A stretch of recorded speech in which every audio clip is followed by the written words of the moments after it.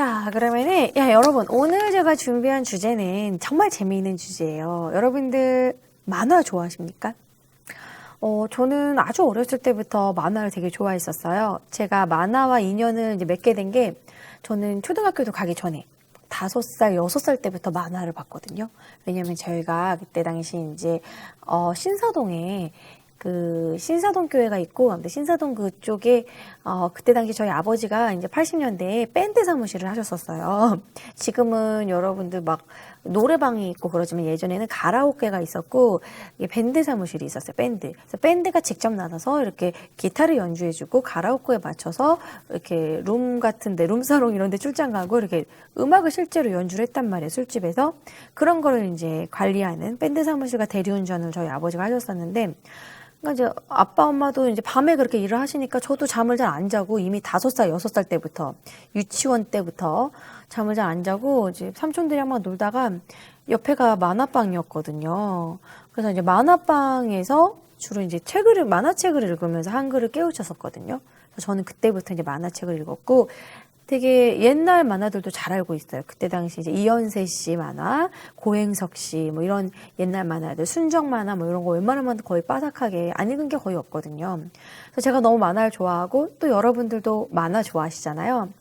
요즘은 사실 책으로 보는 만화는 거의 보기 힘들 거예요. 너무 이제 웹툰을 너무 재미있게 봐서 그 작가를 너무 좋아하기 때문에 팬의 입장에서 한 번 더 그 웹툰을 읽어보고 싶다, 소장하고 싶다, 이래서 책으로 사가지고 이제 가지고 있는 경우이지, 보통 우리가 이제 자기 전에 핸드폰을 들고 주로 누워서, 저 같은 경우에는 이제 누워서, 저의 하루 일과 중 가장 행복한 시간입니다.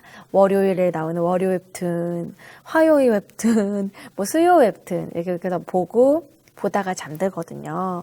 그게 이제 제일 행복한 시간인데, 그런 식으로 요즘에는 웹툰을 많이 보죠. 요즘은 이게 인터넷으로 만화를 보는 시대가 됐어요.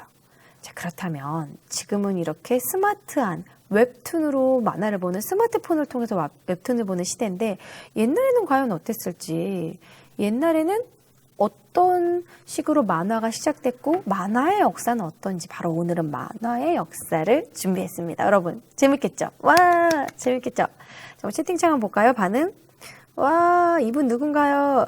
예, 지호님이 이분 누군가요? 저는 한나라고 합니다. BJ 한나고요. BJ 활동도 하고 있지만 유튜브에 한나TV를 운영하고 있고, 제가 전공이 역사 교육가다 보니까 역사와 관련된 다양한 컨텐츠를 방송하고 있습니다. 채팅창에 뷔페 공무원님 목요개 신을 재밌게 봤다고. 그것도 재밌었죠. 막 때가 막 흩날리고 재밌었어요. 목요개 신도. 그런 웹툰, 미생 같은 거. 워낙 유명한 웹툰들이 많죠. 맞아요. 대부님이 올리신 이모티콘처럼 누워가지고 스마트폰 하는 게 우리의 일상의 마지막 그 마무리 단계가 되는 거죠. 자, 그러면은 본격적으로 만화의 역사에 대해서 얘기를 나눠보도록 하겠습니다. 제가 정말 많은 그림 자료를 준비를 했거든요. 자, 그럼 현대 이런 만화의 시작은 언제로 봐야 될까 찾아봤더니 역시나 만화는 회화와 관련이 있었어요. 그림 잘 그리는 사람이 만화도 잘 그리거든요. 그래서 아무래도 만화를 공부하는 사람들이 배경도 그리고 어느 정도 구도라던가 그러다 보면 이게 어느 정도 그림도 좀 공부를 해야 됩니다. 서양화라던가 이런 것도 좀 같이 공부를 하시는데, 이 현대 회화의 시작점을 19세기로 본다면 역시나 현대 만화의 시작점도 역시나 19세기 후반으로 보고 있어요. 그래서 이제 19세기면은 이제 1800년도부터 시작을 했다라는 거죠. 그 당시에는 그 만화가 그림을 그리는 화가의 여가 생활. 화가들이 그냥 정말 심심해서 이제 이렇게 약간, 여러분 크로키라는 거 들어보셨죠? 이렇게 사람의 움직임을 쉽게 막 이렇게 한 1분 만에 그려내는 크로키. 크로키에서 이제 첫 만화의 시작이 됐고, 이제 사파 느낌으로 간단하게 캐리커처 느낌으로 그림을 그리는 거. 그게 이제 최초의 만화의 시작이었습니다.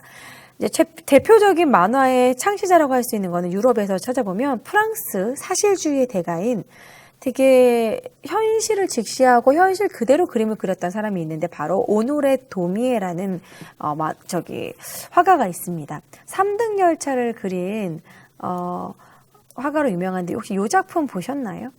이거 그림인데도 뭔가 약간 웹툰 느낌 나지 않아요, 여러분? 그림인데도 요즘에 우리가 보는 그런 웹툰 느낌의 그런 거 지금 보면은 3등 열차라는 건 되게 서민들이 타는 옹기종기 밀집해서 타는 좀 되게 저가 열차예요. 이 3등 열차에 앉아있는 사람들은 얼굴에 뭔가 피곤함이 깊게 이렇게 그려져 있습니다. 옆에 지금 막 자고 있죠. 아이가 자고 있고 엄마는 주변에 누가 있는데도 불구하고 억척스럽게 아이의 젖을 물리고 있는. 이것이 이제 바로 3등 열차 오노레 도미의 작품입니다. 이러한 현실적인 그림을 그렸던 사람이에요. 뭔가 그림체도 약간은 만화 같잖아요. 그래서 이분이 최초로 만화를 그리게 됩니다. 최초의 만화라고 할 수 있는 게 바로 뭐냐면 그때 당시 프랑스의 왕이었던 루이 필립을 비판을 하는 거예요. 루이 필립을 서양 배 모양으로 그리고 뚱뚱한 루이 필립, 막 서민들의 세금을 받아가지고 막 자기 배를 채우는 그런 루이 필립 이런 식으로 해가지고 감히 그 나라의 왕을 루이 필립을 이런 식으로 그림을 그렸어요. 루이 필립 얼굴이 너무 뚱뚱하다. 이렇게 국민들의 혈세로 이렇게 배를 채웠다 이래가지고 루이 필립 얼굴의 변화 과정을 이렇게 그려서 서양 배로 마지막에 배가 됐어요. 이런 식으로 이게 뭐야 너무 웃겨 이런 식으로 사람들이 약간 해학적인 뭐랄까 좀 풍자적인 그런 그림을 그렸어요. 요거 그리고 어떻게 됐을까요? 요거 그리고 6개월 동안 교도소에 갇혔습니다. 6개월간의 금고형을 맞았어요. 왕의 얼굴을 이렇게 그렸는데 가만 내둘 리가 없지 옛날에. 뭐 이뿐만이 아니라 이 오노레 도미에는 또 요런 작품 정말 촌철살인적인 국민들의 그런 혈세, 국민들이 막 이렇게 막 그 음식 같은 경우를 이렇게 입에 넣어주면 루이 필립 입으로 막 들어가는 거예요. 세금으로. 그러면 루이 필립 밑에 엉덩이 밑으로는 막 이렇게 막 종이가 내려오죠. 배설을 하는데 이거는 귀족들이 그 뒤에서 이제 그 덕을 본다. 뭐 이런 식의 그림을 그린 거예요. 국민들의 혈세로 왕가의 배만 채워주고 있다. 뭐 이런 식으로. 이러한 비판적인 시선은 요즘에도 있지 않습니까? 우리의 세금으로 정부만 배를 부르고 있고 막 정치인들이 우리의 세금으로 막 이렇게 우리의 세금을 막 이렇게 아무데나 쓰고 챙겨 먹고 막 그러고 있다. 막 그런 식으로도 막 생각을 하잖아요. 옛날 사람하고 똑같죠? 이런 식의 이제 최초의 프랑스에서 나타났던 만화의 모습이라고 할 수 있습니다. 하나의 사파 같죠? 그렇지만 또 그림이라고 할 수는 없어요. 회화라고는 할 수 없고 이제 회화에서 이제 그림에서 만화로 넘어가는 과도기라고 할 수 있죠. 그래서 오노레 도미에가 어떻게 보면은 그 만화의 아버지라고 할 수 있습니다. 오노레 도미에는 만화에 대해서 이런 되게 멋있는 말을 남겼어요. 제가 읽어드릴게요. 만화는 단순히 웃음을 유발하는 장난질이 아니다. 오히려 행복을 추구하면서 고뇌 허덕이는 인간의 압박된 정신에 벼랑간 나타난 통풍구 같은 역할을 하는 것이다. 라는 멋지죠? 저는 이 말 제가 좋아하는 웹툰에서도 나왔었어요. 헬퍼라는 만화 제가 그 네이버 웹툰에 헬퍼라는 만화가 있는데 수요 웹툰이거든요. 제가 되게 좋아하는 만화인데 장광남이 주인공으로 나오는 거기서 만화는 모방하는 뭐 그런 게 아니라 만화는 탈출구다. 탈출구입니다. 이런 식으로 표현을 해요. 채팅창에 V로 시작하는 영어님께서 이 방송이 처음이라서 혹시 재미가 없냐고. 재미는 보다 보시면 본인이 약간 만화의 역사에 대해서 관심이 많으시면 재밌을 것이고 나는 역사 싫어. 나 만화에 관심이 없어. 그럼 재미가 없을 수도 있겠죠. 제가 재미가 있다 없다는 말하기 좀 그러네요. 전 되게 재밌는 것 같은데 그냥 들으세요. 네, 그냥 봐. 네. 어쨌든 그래서 이제 만화는 이런 식으로 이제 프랑스에서 처음 나타났습니다. 이런 식으로 유럽의 만화가 발달하는데 오노레 도미에를 시작으로 만화는 아무래도 프랑스에서 훨씬 더 발전하게 돼요. 왜냐하면 프랑스의 사람들이 되게 프리하고 좀 열정적이고 예술적이잖아요. 그래서 아무래도 좀 딱딱하고 그런 고전적이고 그런 영국보다는 신사적인 약간 젠틀맨을 중요시하는 그런 영국보다도 프랑스가 훨씬 더 만화가 발달했습니다. 지금도 프랑스는 만화를 되게 하나의 예술로 봐요. 제9의 예술이라고 말하고 프랑스에 앙골레 만화학교가 있어요. 그래서 이제 정말 만화를 공부하고 만화에 대해서 조금 더 공부하고 싶고 외국에서 만화를 공부하고 싶다 해서 만화로 유학 가는 사람이 앙골렘 만화학교에 가기도 해요. 그래서 여러분들 중에서 나는 만화가가 꿈이야. 난 만화를 그리는 게 꿈이야. 이런 분들은 진짜 앙골렘 그런 만화학교에 유학을 갈 수도 있는 거고. 그래서 프랑스 같은 경우에는 지금도 만화를 이제 하나의 단행본 만화를 뭐라고 부르냐면 앨범이라고 불러요. 우리는 그냥 만화책, 그냥 내가 이번에 책 냈어, 만화책 냈어, 단행본 냈어요 이렇게 말하잖아요. 근데 그 만화가의 열정과 엄청난 그 가치를 가지고 있다고 해서 앨범이라고 말을 합니다. 하나의 그 음반 앨범처럼. 뭐 그런 식으로, 이제 만화를 되게 좀 하나의 예술 분야로 보고 있어요. 프랑스 같은 경우에는. 그래서 유럽 쪽에서 프랑스가 발달했다는 거. 그러면 여러분들은 미국은 어떨까요? 미국의 만화. 미국 만화는 여러분들 보셨을 거예요. 미국 만화를 여러분 실제로 보지 않으셨어도 그거를 토대로 영화가 많이 만들어져가지고 마블 들어보셨죠? 마블. 마블에서 이제 유명한 그 만화 있잖아요. 마블에 유명한 사람 그 히어로물이 누가 있습니까? 마블 하면 스파이더맨이 있죠. 그리고 또 DC 코믹스라고 들어보셨어요? DC 코믹스는 바로 슈퍼맨과 원더우먼. 이제 앞으로 원더우먼 또 새로 개봉하거든요. 또 이런 식으로 또 마블의 세계관과 DC 코믹스의 세계관은 또 많이 달라요. 마블은 좀 뭐랄까 히어로긴 히어로인데 무적이 아니야. 약간 약함이 있는 히어로야. 스파이더맨도 이게 쭉 거미줄은 나오지만 항상 고뇌하고 그 스파이더맨만의 고민이 있고 약함이 있어. 근데 DC 코믹스는 좀 거의 무적이야. 원더우먼이나 뭐 그 슈퍼맨 보면은 뭐 어마어마하게 이제 무적이죠. 그러니까 그런 식으로 미국은 히어로물로 이렇게 만화가 발달을 합니다. 미국 같은 경우에는 카툰과 이런 일러스트레이션, 어떻게 설명하면 될까? 지금 저기에 일러스트레이션 액자가 있는데 저 좀 일어나 볼까요? 여러분 보여드릴게. 미국의 미국의 카툰을 설명하는데 저거 딱 보여드리면 딱 감이 올 것 같아요. 제 목소리는 들리시죠, 여러분?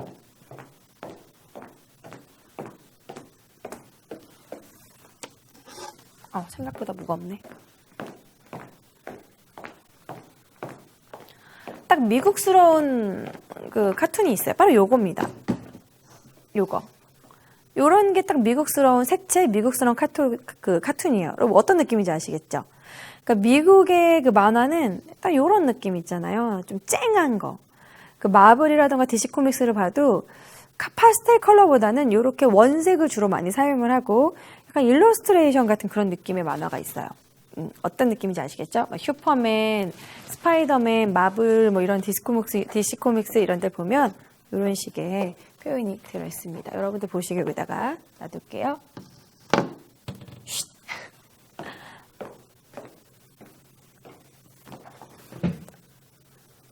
어디까지 가신 거예요? 저기까지 갔다 왔어요. 맞아요. 팝아트 같은 느낌. 그 말을 하고 싶었어요. 팝아트, 일러스트레이션 이런 거 같은 느낌, 뭔가 쨍한 느낌, 원색을 많이 쓰는 그게 이제 미국 만화의 특징입니다. 그럼 미국 같은 경우에는 히어로물 아니면 주로 뭘 했을까요?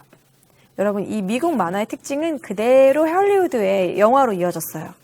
미국은 히어로물 아니면 SF, E.T. 뭐 이런 거. 우주탐험 막 이런 거 있잖아요. 그래서 미국 만화 같은 경우에는 히어로물이나 그런 그 SF 그런 이렇게 막 로봇이 나온다던가 뭐 우주로 뭐 나간다던가 막 그런 식으로 발달을 합니다. 그러면서 그 미국의 만화는 엄청나게 상업적이에요, 여러분. 상업 만화로 대중화를 이뤘죠.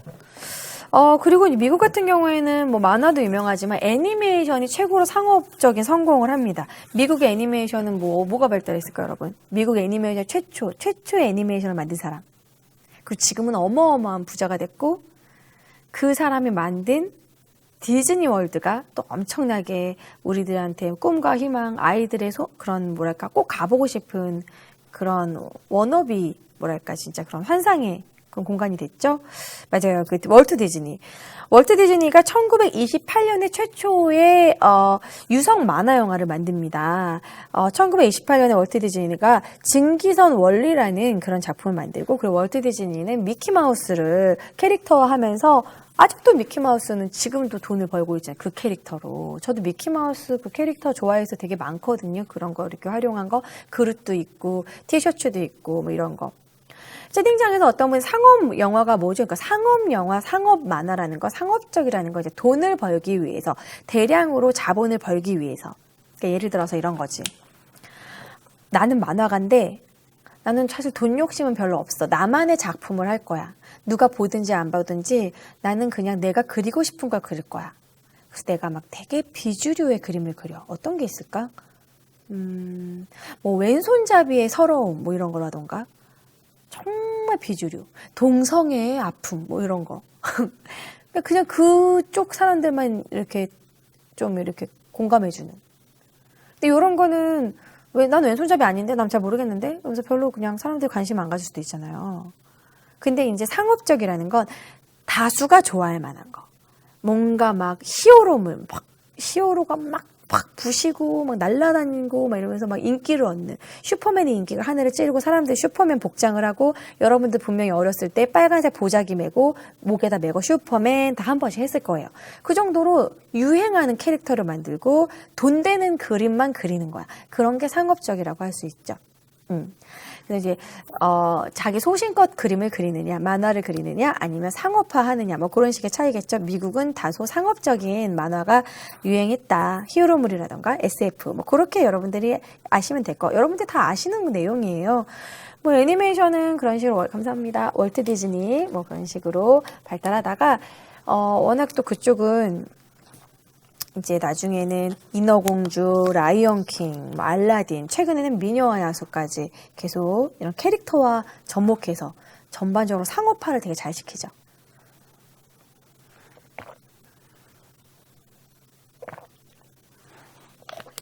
채팅창에서 재호님이 농사는 자급자족으로 먹으려고 할 수도 있지만 상업적으로 할 수도 있고, 상업적으로 하게 되면 일단 대규모로 들어가야 돼요. 내가 이 텃밭에서 내가 먹고 그냥 내가 자급자족 먹으려고 하면은 소규모로 하면 되겠지만, 이제 상업적으로 하게 되면은 자본을 끌어다 내서 막 농약을 헬기로 뿌리고 이제 기계를 이용해가 농사를 짓고 뭐 그런 식으로 이제 상업화되는 거죠. 상업적이라는 건 말 그대로 돈입니다. 자, 그러면 이제 다음은 이제 미국은 그렇고. 일본의 만화는 어떨까요? 일본의 만화는 아마 방송 보시는 분들이 저보다 더 잘할 것 같아요. 여러분들이 좋아하는 일본 만화 뭐 있습니까? 저는 어렸을 때부터 얘기하자면 뭐 슬램덩크, 뭐 원피스, 나루토, 그건 요즘에도 나오고 있는 것이고, 뭐 드래곤볼 너무 많죠. 사실 우리의 어린 시절 그리고 지금까지 우리나라는 일본 그 애니메이션의 영향을 안 받을 수가 없었어요. 일본 만화의 영향. 그리고 솔직히 모방도 많이 했고 지금 우리나라 만화 작가분들 이런 만화가의 꿈을 키우는 데는 아마 최초로 감동적으로 본 만화가 아마 우리나라 거보다는 일본 게 많을 수도 있어요. 사실 일본의 그 만화 시장은 무시할 수가 없습니다. 어떻게 보면 세계 1위라고 할 수 있을 정도로 정말 다양하고 국가에서 엄청나게 투자를 많이 해요. 자, 일본의 이런 대중만화는 언제부터 발달하게 되냐면 역사가 좀 깊습니다. 우리나라보다 만화 역사는 깊어요. 에도 시대부터. 이미 에도 시대 봉건 사회부터 1600, 1800년도 그때부터 우리나라가 조선 시대일 때 그때부터 이제 만화가 나오는데 일본은 판화 형태로. 하지만 일본의 이제 만화는 야한 만화도 많았죠. 판화 형태로. 그러니까 우리나라가 춘화를 그 붓으로 그렸다면 일본은 춘화를 판화로 그린 거야. 대량 생산. 판화를 하면은 이제 그림은 항상 그려도 아무리 똑같이 모작을 해도 조금씩 다르잖아요. 근데 판화는 이렇게 판을 짜서 이렇게 새겨가지고 롤라지를 하면 여러 장을 만들 수가 있어서 많은 사람들한테 유포할 수가 있어요. 그래서 이제 일본은 에도 시대 때 판화 형태로 만화가 만들어집니다. 그리고 나서는 20세기에는 이제 일본도 미국을 좀 모방을 하게 돼요. 미국의 그런 만화 문화가 들어오면서 이제 독특한 다양한 이제 만화를 만드는데 일본 같은 경우에는 미국은 좀 상업적이고 히어로 뭐 SF 이런 식으로 좀 너무나 틀에 박힌 스토리라면 일본의 다른 점은 일본은 이야기 중심의 만화라는 거예요. 그거 공감하시죠? 일본 만화는 처음 봤을 때는 그게 좋은지 몰라. 그냥 그림도 좀 특이하고 이게 재밌나? 근데 보다 보면 빠져들어. 스토리가 좋아요. 그래서 이야기 만화 형태로 막 완성을 했어요. 그런 스토리. 그래서 정말 스토리가 슬픈 만화도 있고 솔직히 일본의 그런 탄탄한 스토리는 진짜 인정하는 게 일본은 진짜 대단한 게 만화가 끝이 안 나. 뭐 기본적으로 30권, 막 50권 막 이러잖아요. 그래서 일단 내용이 길어. 스토리 중심. 뭐 그런 거. 일본 만화는 제국주의를 담고 있다고 들었어요. 뭐 제국주의를 담고 있는 만화도 있고 아닌 만화도 있죠, 솔직히. 모든 일본 만화가 제국주의를 담고 있지는 않아요. 뭐 예를 들어 스포츠 만화 슬램덩크에는 일본의 제국주의 같은 걸 느낄 수 없고 제국주의적인 만화도 있는 거죠. 우리나라도 되게 매우 국수주의적인 만화가 있는 거고, 일본 만화의 제국주의에 대해서 얘기를 한다면 이제 미야자키 하야오에 대해서 얘기를 하자면 미야자키 하야오가 워낙 유명하니까 여러분들이 알고 있는 뭐 이웃집의 토토로, 뭐 그리고 붉은 돼지, 미래소년 코난, 그리고 뭐 하울의 움직이는 성, 뭐 센가치히로의 행방불명 이런 그림들을 보면은 미야자키 하야오의 작품에 약간 제국주의적 성향이 있어요. 근데 그 제국주의적이라고 하기보다는 백인 우월주의랄까? 서양 사대주의. 그러니까 서양을 되게 좀 동경하는. 서양 중에서도 누구를 동경하냐면 미야자키 하야오는 특히 영국을 동경을 하고요. 그리고 일본이 그 아시아의 영국이라고 생각을 해요. 그래서 미야자키 하야오 작품을 보면 백인밖에 안 나와요. 그 흑인이 나오지 않습니다. 이제 고향의 보호는 이제 아마 지브리 프로덕션에서 미야자키 하야오의 그 제자가 만든 걸 거예요. 그래서 이제 그 보면은 진짜 이렇게 서양을 되게 동경하는 느낌이 나와요. 예를 들어서 여러분 그 센가치히로는 워낙 유명하니까 보셨죠? 거기 보시면 거기에 막 이렇게 입고 있는 옷이 그런 서양 그런 할머니 같은 느낌의 차를 꼭 홍차를 마시고요.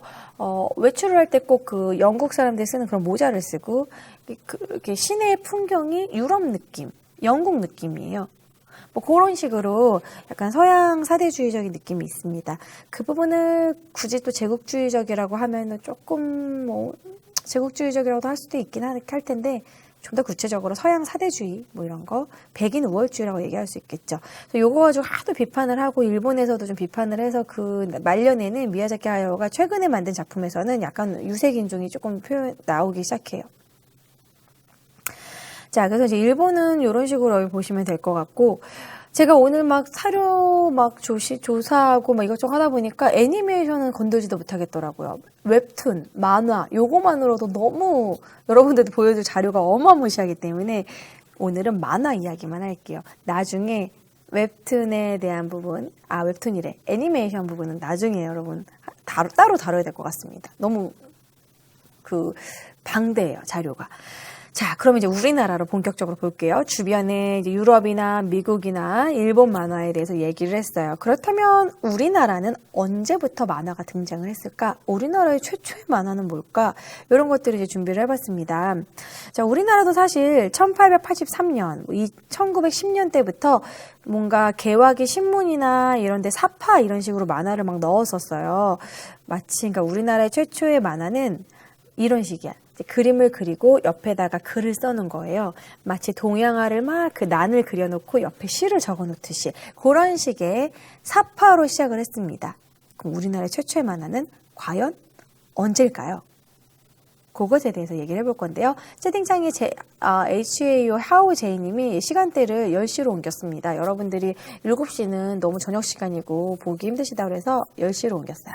그래서 이제 최초의 만화 영상을 이제 보여드릴 건데 영상을 같이 보고요. 여러분 음량이 작거나 크면 바로 채팅창에 얘기를 해주세요.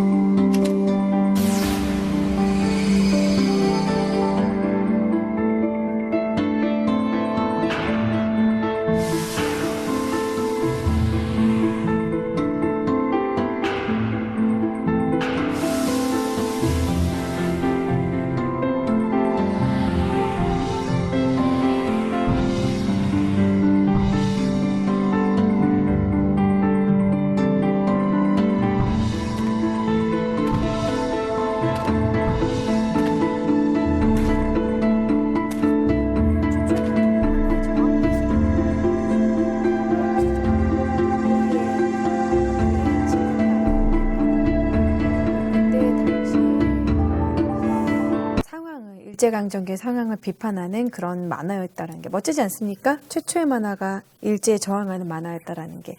그래서 우리나라가 도대체 언제가 최초의 만화지라고 하면 이렇게 1909년 이 만화, 그 신문에 대한민보에 실렸던 이 사파가 최초의 만화라고 할 수 있습니다. 그래서 이제 아까 보면은 신사가 이렇게 말꼬리 이렇게 나오는 거 있죠? 그거 보여드릴게요. 잠깐만요. 최초의 만화. 이도영 씨가 그린 최초의 만화인데 뭐라고 써 있는 거냐면 이제 그때 당시에는 이제 한문을 쓰던 시대니까 대국의 간영, 국가 정세를 바르게 이해하고 이게 이제 그 대한민보라고 대한민보는 대한협회에서 만든 그 신문인데요. 대한협회의 전신이 뭐였냐면 대한자강회라고 그래가지고 이제 애국단체입니다. 우리나라 그런 일본에 대항하는 우리나라 독립을 이제 주장하는 단체인데 대한협회에서 국가의 정세를 바르게 이해하고 한민족의 혼을 통합하여 백성의 목소리를 모아서 이 신문에다가 실겠다. 보도 내용을 다채롭게 하겠다. 일본의 눈치를 보지 않고 이제 보도 내용을 하겠다라고 대한민보의 그런 취지를 창간호의 만화로 여기 표현을 한 거예요. 그래서 1909년 6월 2일에 만들어졌던 이 사파, 이 이도영 씨의 이 만화가 최초의 만화라고 합니다. 그래서 우리 최초의 만화는 이러한 형식으로 그려졌구나. 참고를 하시면 될 것 같고요.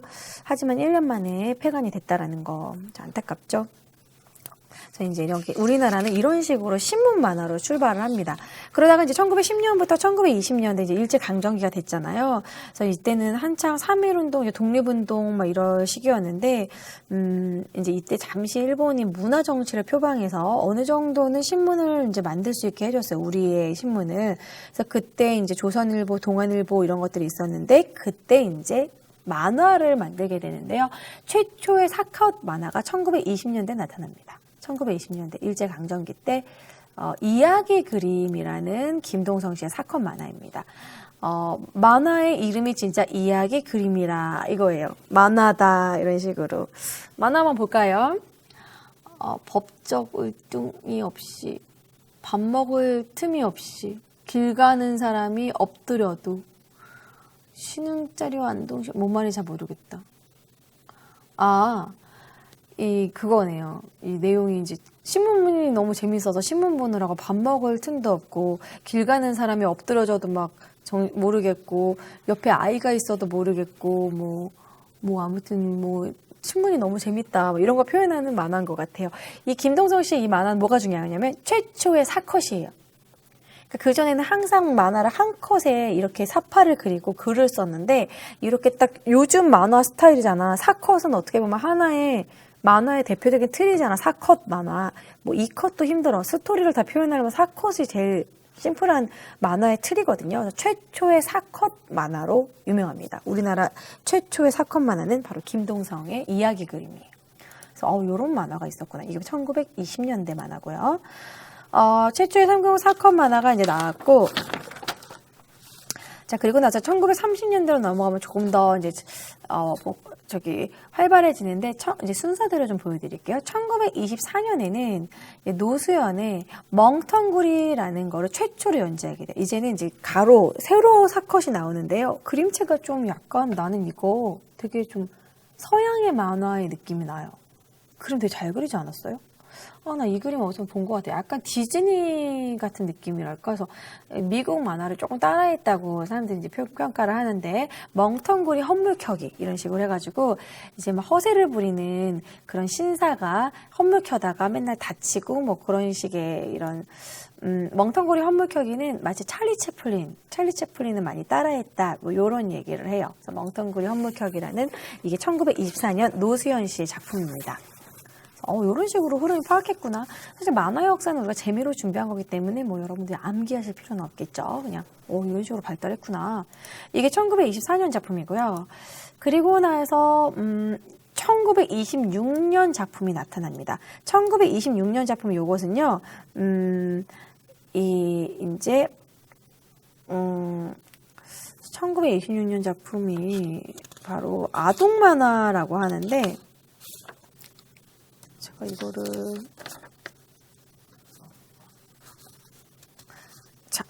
최초의 신문에 게재된 아동 만화예요. 이거는 아동 만화가 이제 1920년대부터 나타나는데, 이것이 제목이 뭐냐면 어딨지? 나 지금 이거 못 찾겠지? 뺑덕이. 여기다 뺑덕이와 섭섭이. 뺑덕이와 섭섭이라는 만화예요. 그래서 여기 보면은 뺑덕이라는 애가 나오고 섭섭이라는 애가 나오는데 아동이 나옵니다. 여기 써있네요. 1926년 5월 2일자. 뺑덕이와 섭섭이. 말썽을 부린 뺑덕이가 혼날까봐 두려워서 밤에 몰래 귀가하겠다며 섭섭이한테 떼를 쓰고 있다. 그래서 뺑덕이가 이 대머리고 이제 주인공이고요. 섭섭이는 뺑덕이의 친구예요. 이런 식으로 아동 만화. 섭섭이가 나오죠. 자, 이런 식으로 1926년에는 이제 아동 만화도 우리나라에 나타나기 시작합니다. 사실 여러분, 만화라는 거는 성인들도 만화를 좋아하지만 만화를 제일 좋아하는 연령층은 아동이에요, 여러분. 아동, 초등학생. 나는 저도 만화를 제일 많이 봤을 시기가 초등학교 때인 것 같아요. 이제 중학교 때부터는 공부해야 되니까 이제 엄마가 못 보게 하고 몇 개만 봤지. 초등학교 때는 막 그런 거. IQ 점프 이런 식으로 만화 잡지를 많이 봤었어요. 초등학교 때. 초등학교 때는 만화 보는 게 거의 일과였거든요. 이제 아동 만화가 우리나라도 1926년부터 20년대부터 나타나기 시작합니다. 그래서 이 뺑덕이와 섭섭이는 연재 최초의 아동 연재 만화라고 할 수 있고요. 그리고 또 다른 아동 만화도 있습니다. 1930년에 있는 여섯동무라는 아동 만화인데요. 이 여섯동무는 이 그림체도 뭔가 요즘 그림체에도 어울리는 것 같아. 박천석 작품인데 국내 최초의 신문 아동 연재 만화가 이제 뺑덕이와 섭섭이에 이어서, 그러니까 뺑덕이와 섭섭이는 최초로 신문에 게재된 만화고 여섯동무는 최초의 연재 만화예요. 아까 제가 말을 잘못했어요. 예. 최초로 기재된 게 이제 아까 그 뺑덕이와 섭섭이고 요게 연재된 거예요. 여섯동무가. 요게 이제 계속 연재된 겁니다. 여섯동무 같은 경우에는 말풍선을 서로 만들지 않고 컷으로 나눠가지고 그림과 내용 이런 식으로 이제 여섯동무가 나왔고요. 그 다음에 인기를 얻었던 게 바로 마균의 신동이의 모험이라는 것도 이제 인기를 얻었고, 그 다음에 1932년에 복남이의 탐험기라는 이 작품이 또 유행을 하게 됐는데요. 요거는 여러분 혹시 초등학교 때 그 만화 보셨어요? 먼 나라 이웃 나라? 먼 나라 이웃 나라도 되게 유행했잖아요. 막 세계 여기저기를 돌아다니면서 그 세계의 문물이라던가 문화를 설명하는 거. 사회 선생님이 막 중학교 때 꼭 보라고 막 그러고 초등학교 때도 막 많이 봤거든요. 먼 나라 이웃 나라? 그거랑 비슷한 거예요. 요거는 1932년에 유럽에서 인기를 끌었던 틴틴의 학습모험이라는 그림이 있었습니다. 아까 채팅창에서 어떤 분이 틴틴의 학습모험 얘기하시더라고요. 그거를 약간 본따가지고 우리나라에서 만든 건데, 복남이의 탐험기라는 세계 여러 나라를 탐험하고 그런 세계의 문물을 이렇게 설명해주는 만화입니다. 여기에 아프리카 편이라고 써있죠? 그래서 아프리카 편이기 때문에 이게 원숭이도 나오고 아프리카에 도착했다 막 이런 식으로. 그리고 어떻게 보니까 말풍선이 나왔어요. 그전에 말풍선이 없었는데 최초로 말풍선이 등장을 하죠. 그래서 이제 아프리카 탐험기 뭐 이런 거 지금 다 아동 만화입니다. 그리고 또 이상범의 만화는 이상범은 사실 아동 만화보다는 따로 보여드려야 될 것 같고요. 아동 만화는 이 정도 보여드리고 한 개만 더 보여드릴게요. 바로 노수연의 똘똘이. 이 노수연 씨는 아동 만화를 많이 만든 사람인데 1935년에 똘똘이, 이 똘똘이 아니라 거꾸로 읽어서 똘똘인데 똘똘이라는 또 만화를 그려요. 이상범 씨가 그림을 좀 되게 잘 그리는 것 같아. 김동성 씨, 이상범 씨, 뭐 그림체가 되게 깔끔하죠. 뭐 이러한 이게 1935년대 작품. 자, 이런 식으로 이제 아동 만화도 1920년대 등장을 하게 되고, 이제 대표적인 작가를 또 설명을 해드릴게요. 1920년대부터 26년까지 많은 아동 만화를 많이 그렸던 분이 바로 이주홍 씨인데, 이주홍 씨의 만화 중에 유명한 것이 바로 서울의 풍경을 그린 만화입니다. 이것도 멋지죠? 서울의 표현인데, 이게 작품이 1933년 작품이거든요. 보면은 그때 당시 배경을 느낄 수가 있어요. 보면 막 일본어 보이죠? 일본어도 보이고 일본어 옆에 카페라고 영어도 보여요. 영어 위에는 또 호텔도 있어요, 여러분.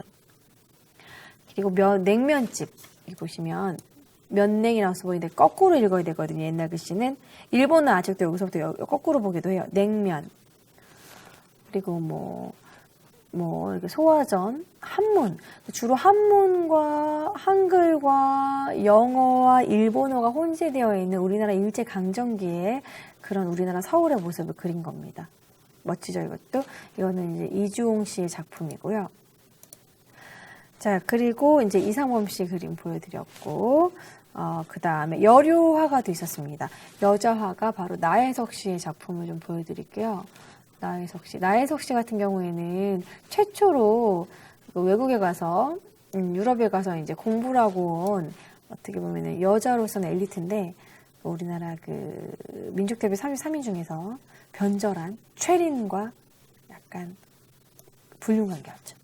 최린하고의 로맨스가 유명한 사람인데, 최린한테 버림받은 뒤로 좀 약간 정신이 안 좋아지고 이제 좀 굴곡 있는 삶을 살았던 여류 작가인데, 어쨌든 나에서 여사페리라는 이 만화 작품인데요.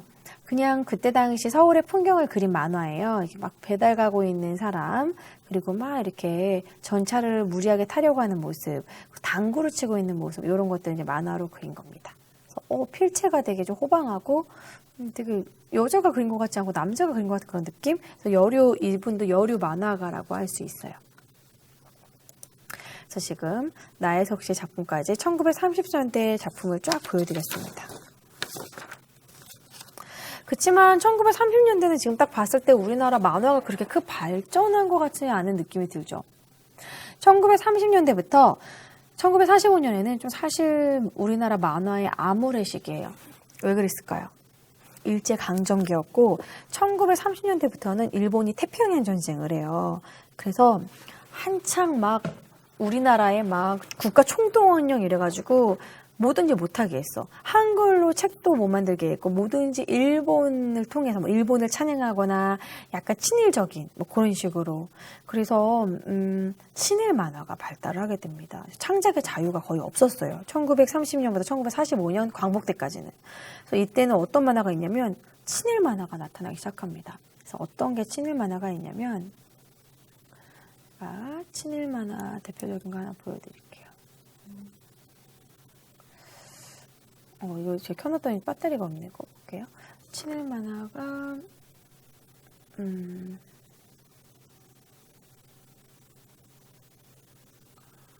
여기 있네요.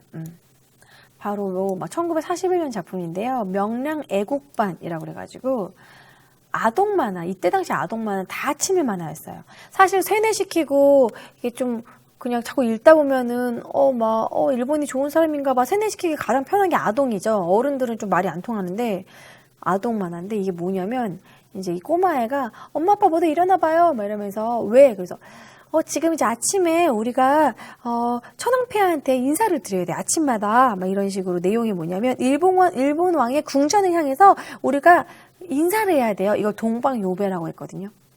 우리나라, 중국, 일본이 식민지로 만든 그 나라에서는 일본 그 천황이 있는 그 궁전을 향해서 머리를 조아리고 인사를 해야 돼. 말도 안 돼. 그거를 해야 된다고 지금 얘가 막 얘기하는 거야. 그래서 이렇게 인사를 하면 되는구나. 그래서 사람들 막 인사하고 있죠. 그런 내용이에요. 이런 식으로 명랑 애국반, 애국을 하는 방법을 그린 만화예요. 이런 식으로 세뇌를 시키려고 했던 거야. 완전 만화의 암흑기죠. 이러한 친일 만화 아니면은 신문에 실릴 수가 없었어요. 뭐 새로운 이런 풍경이 나쁘지 않다. 우리가 막 학도병으로 나가가지고 일본의 전쟁에 가담하자. 뭐 위안부에 우리가 막 참여하자. 일본에서 일자리를 주는 게 참 좋은 일자리를 준다. 막 이런 식으로 얘기를 하는 거죠. 그래서 친일 만화가 1940년대 유행을 하게 됩니다.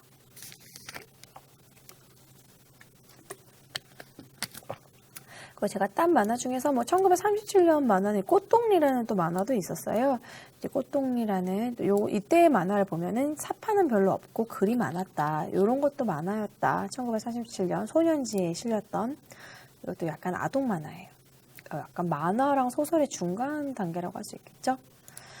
자, 그리고 이상범 씨 만화를 한 개 더 그려볼게요. 보여드릴게요. 이상범 씨 만화 중에서 이런 만화도 있습니다. 한 컷 만화인데 이 만화도 되게 공감되더라. 옆에 여자들은 신여성이라고 그래가지고 코트를 탁 입고 이제 막 모피 코트 이렇게 털 있는 코트를 막 멋들어지게 입고 뾰족코트를 입고 막 걸어가는데 옆에 여자는 아낙네는 아이를 이렇게 안고 되게 좀 부럽다는 눈빛으로 쳐다보죠. 이게 제목이 어떤 사람은 팔자 좋아 이런 식으로 시사 카툰에 요즘 유행하는 신여성을 그린 거예요.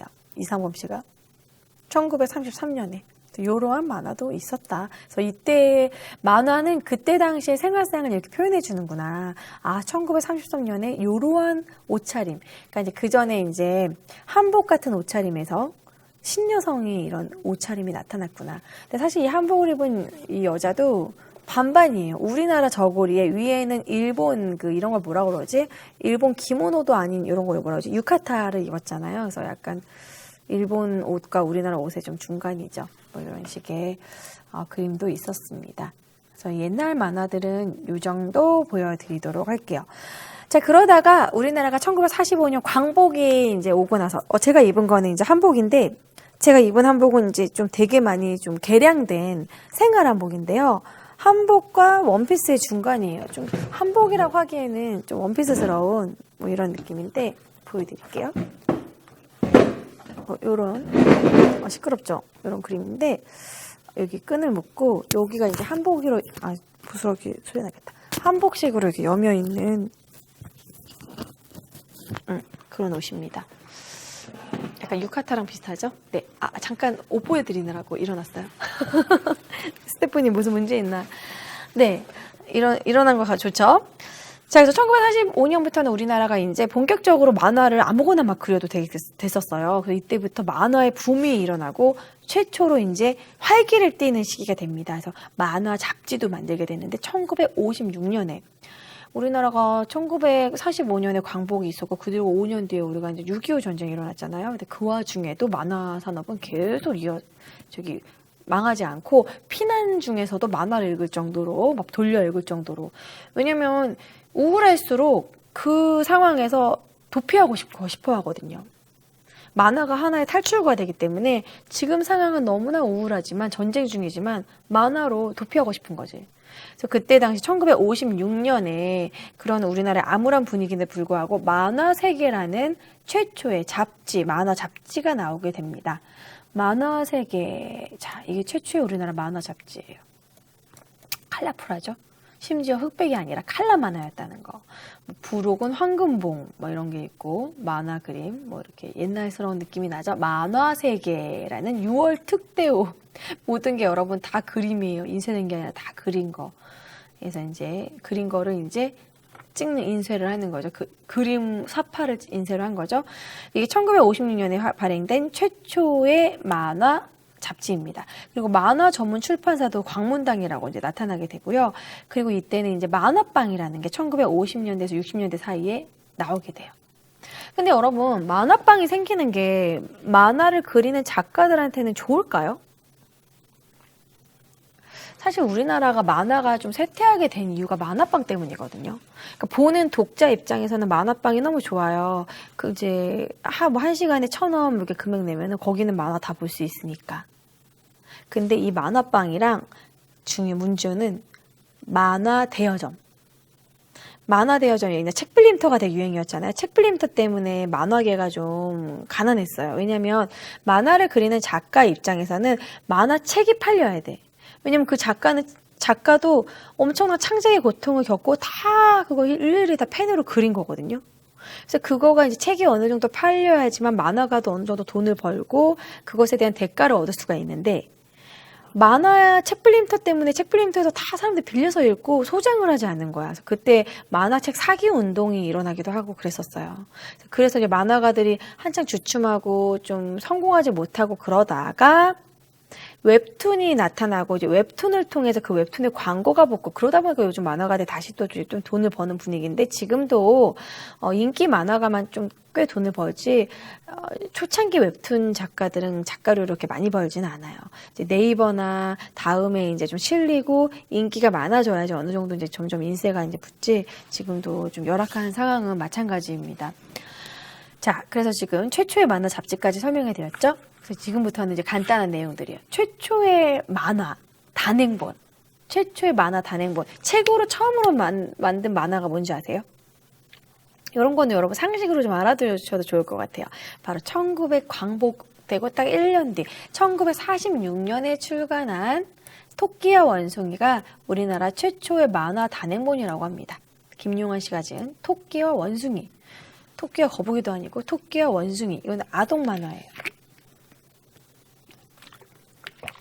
그전에도 책 형태로 만들긴 했는데 그전에는 어떻게 만들었냐면 이 만화 저 만화 이렇게 합쳐가지고 문집 형태로 만들었어요. 잡지식으로. 그치만 단행본으로 처음으로 만들어진 건 토끼와 원숭이라는 만화라고 합니다. 조선 아동문화협회에서 발행한 토끼와 원숭이가 최초의 단행본이고요. 그리고 최초의 한국 만화 전문 잡지는 아까 만화 세계 보여드렸죠. 자, 그러면서 1960년대로 넘어가면은 이제 만화가 더욱더 발달하게 돼요. 제가 50년대 만화 하나 보여드릴게요. 1950년대 만화는 이런 식의 만화입니다. 신문에 실려있던 만화인데 고바우 영감. 이거 보셨나요? 이 고바우 영감은 워낙 인기가 얻어서 다시 고바우 영감 다시 그리기 운동으로 이거 신문에 잠깐 실리기도 했었는데요. 스포츠 신문 이런 데서 못 보셨나요? 아, 저기 온다. 귀하시모 행치하신나이까? 어흠. 저 어른이 누구인가요? 쉬. 경무대에서 똥을 치는 분이요. 비판이 장난 아니죠. 경무대가 뭐냐면 옛날 약간 안기부 느낌 뭐 이런 데예요. 그러니까 고바우 영감은 사회 비판적인 만화예요. 그러니까 이제 정부에서 약간 위험한 좀 그런 거 이제 경무대라고 그래가지고 약간 안기부, 중앙정보부 같은 그런 거. 에헴 이래가지고 그죠? 어허무하고 막 되게 막 허세를 부리잖아. 그래서 너 누군가요? 이렇게 물어봤더니 경무대에서 똥을 치우는 사람이라고.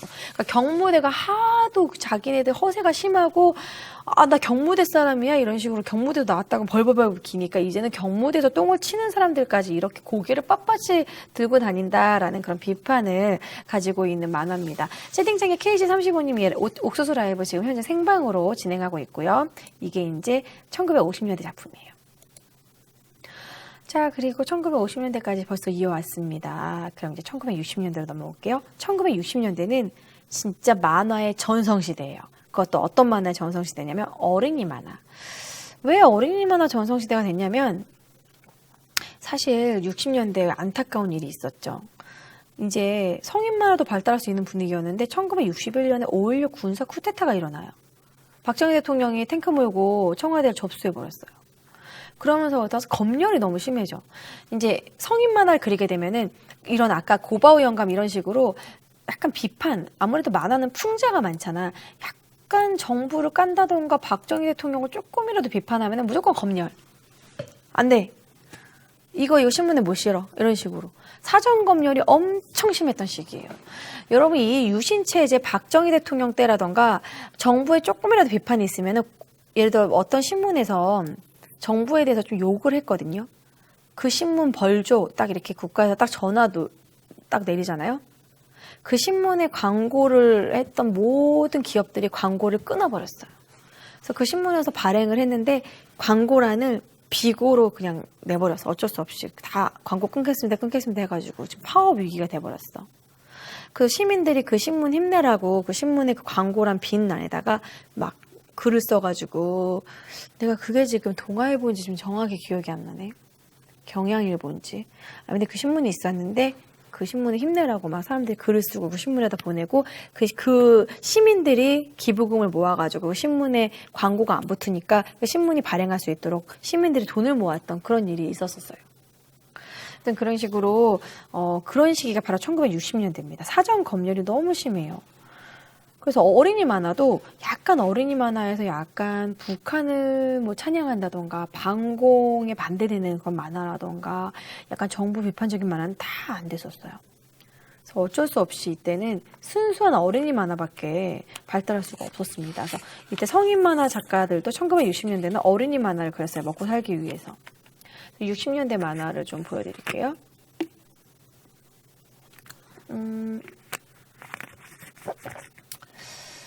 60년대 만화는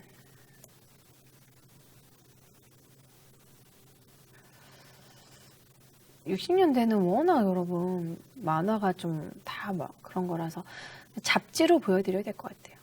그냥 만화 잡지 정도 생겼고 딱 그렇게 다 만화 어린이 만화밖에 없어서 넘어가고 1970년대로 넘어갈게요. 자, 1970년대에서 최초로 이제 성인 만화가 70년대에 나타나게 됩니다. 성인 만화로 발달하게 된 그 만화가요, 바로 고우영의 임꺽정인데요. 임꺽정이 나오면서 사람들이 이제 성인 만화가 이제 처음으로 이제 좀 그전에는 다 이런 거였거든요. 만화 세계, 보물섬, 아이큐 점프 이런 식의 아동 만화였다가 성인 만화가 이때 좀 발달하게 됩니다. 현대 물파스 막 이렇게 물파스 홍보하는 거예요. 광고예요. 지금 60원이었어요, 만화가. 요즘으로 치면 6,000원 해야 되는 게 그땐 60원이었습니다. 그리고 이제 이어서 뭐를 발달시키냐면 이제 허영만의 74년에 허영만의 각시탈. 여러분 이 작품이 각시탈의 원 그 내용인 거 아세요? 각시탈과 고개단이라는 이 허영만 작품이 1974년 건데 요 내용이 바로 이강토가 여기에 나와요. 이강토가 여기에 나오는 실제 주인공 이름이에요. 요게 1974년 작품인데도 불구하고 각시탈 흥행했잖아요. 드라마, KBS 드라마로. 이런 식으로 이제 어른 만화가 70년대에 나타나게 됩니다. 뭐 수호지라던가. 근데 사실 여러분 어른 만화는 뭐가 하이라이트죠? 액션만 있는 게 아니잖아. 액션도 있으면서 살짝 야한 게 들어가야지 어른 만화잖아요. 어른 만화 하면 19금 만화 하려면 좀 야해야 되잖아요. 근데 이때 국가에서 너무 야한 거를 검열을 너무 많이 했어. 막상 박정희 대통령은 본인은 야한 짓 다 하고 다니면서 또 검열은 또 오지게 해. 본인은 안 그런 척. 그래서 너무 검열을 많이 하니까 사람들이 어떻게 하면 이런 성인용 만화의 최고의 떡밥은 섹슈얼리티인데 이걸 어떻게 하면 그릴 수 있을까 막 고민을 해. 막 잔머리를 하다가 놀라운 아이디어를 등장하게 돼요. 1974년에 박보길이라는 사람이 북일 프로덕션을 통해서 뭐를 만들었냐, 머리를 어떻게 썼냐면 진짜 기발해요. 김일성의 침실이라는 야한 만화를 만들게 됩니다. 에로 만화에 도전을 했어요. 김일성을 엄청나게 까는 거야. 김일성의 폭력, 김일성의 여자들, 김일성이 이 여자 저 여자 건드리는 그런 김일성의 폐륜모도한 그런 악행을 여기다 실었어. 근데 그때 당시 박정희 대통령이 무조건 외쳤던 게 반공이거든요. 이승만도 반공, 박정희도 반공. 그러니까 이제 반공만 하니까 마음에 드는 거야. 그래서 요거는 통과됐어, 검열에. 이거 유익한데? 김일성을 욕하더니 이거 엄청나게 이거 대단하구만. 이런 식으로. 김일성이에요. 네.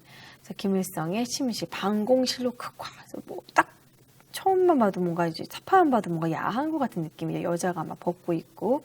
그래서 이 김일성의 침실 내용을 보면 제 내용까지는 준비를 안 했네요. 아무튼 좀 야해요. 전에 만화보다는. 그래서 이런 식으로 이게 통과가 됐어. 뭐야? 반공을 건드리면 야한 만화 그려도 돼? 안 되겠는데? 그래서 이때 마타알이라는 간첩 만화가 나옵니다. 간첩 만화. 제가 그거를 땄는데 여기 있어요. 예. 이번에 여간첩이야. 김일성을 깠으니까 이번에는 간첩을 까겠어. 여간첩인데 봐봐. 야해졌어. 가슴이 왠지 커지고 가슴에 골이 보여.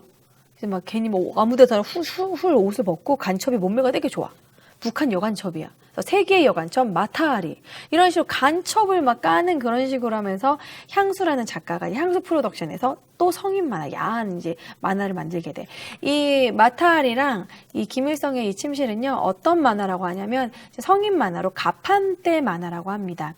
이 만화를 어디서 팔았냐면 이렇게 토큰 같은 거 팔았던 버스 정류장의 가판대에서 팔았어요. 그 사람들이 버스 기다리면서 이제 사 읽고 요즘에 우리 스포츠조선 읽듯이 스포츠조선 보면은 스포츠조선의 메인은 항상 야한 여자 그림 그런 것도 있잖아요. 사고 싶게. 그런 식으로 가판대 만화로 이때 인기를 얻게 됩니다.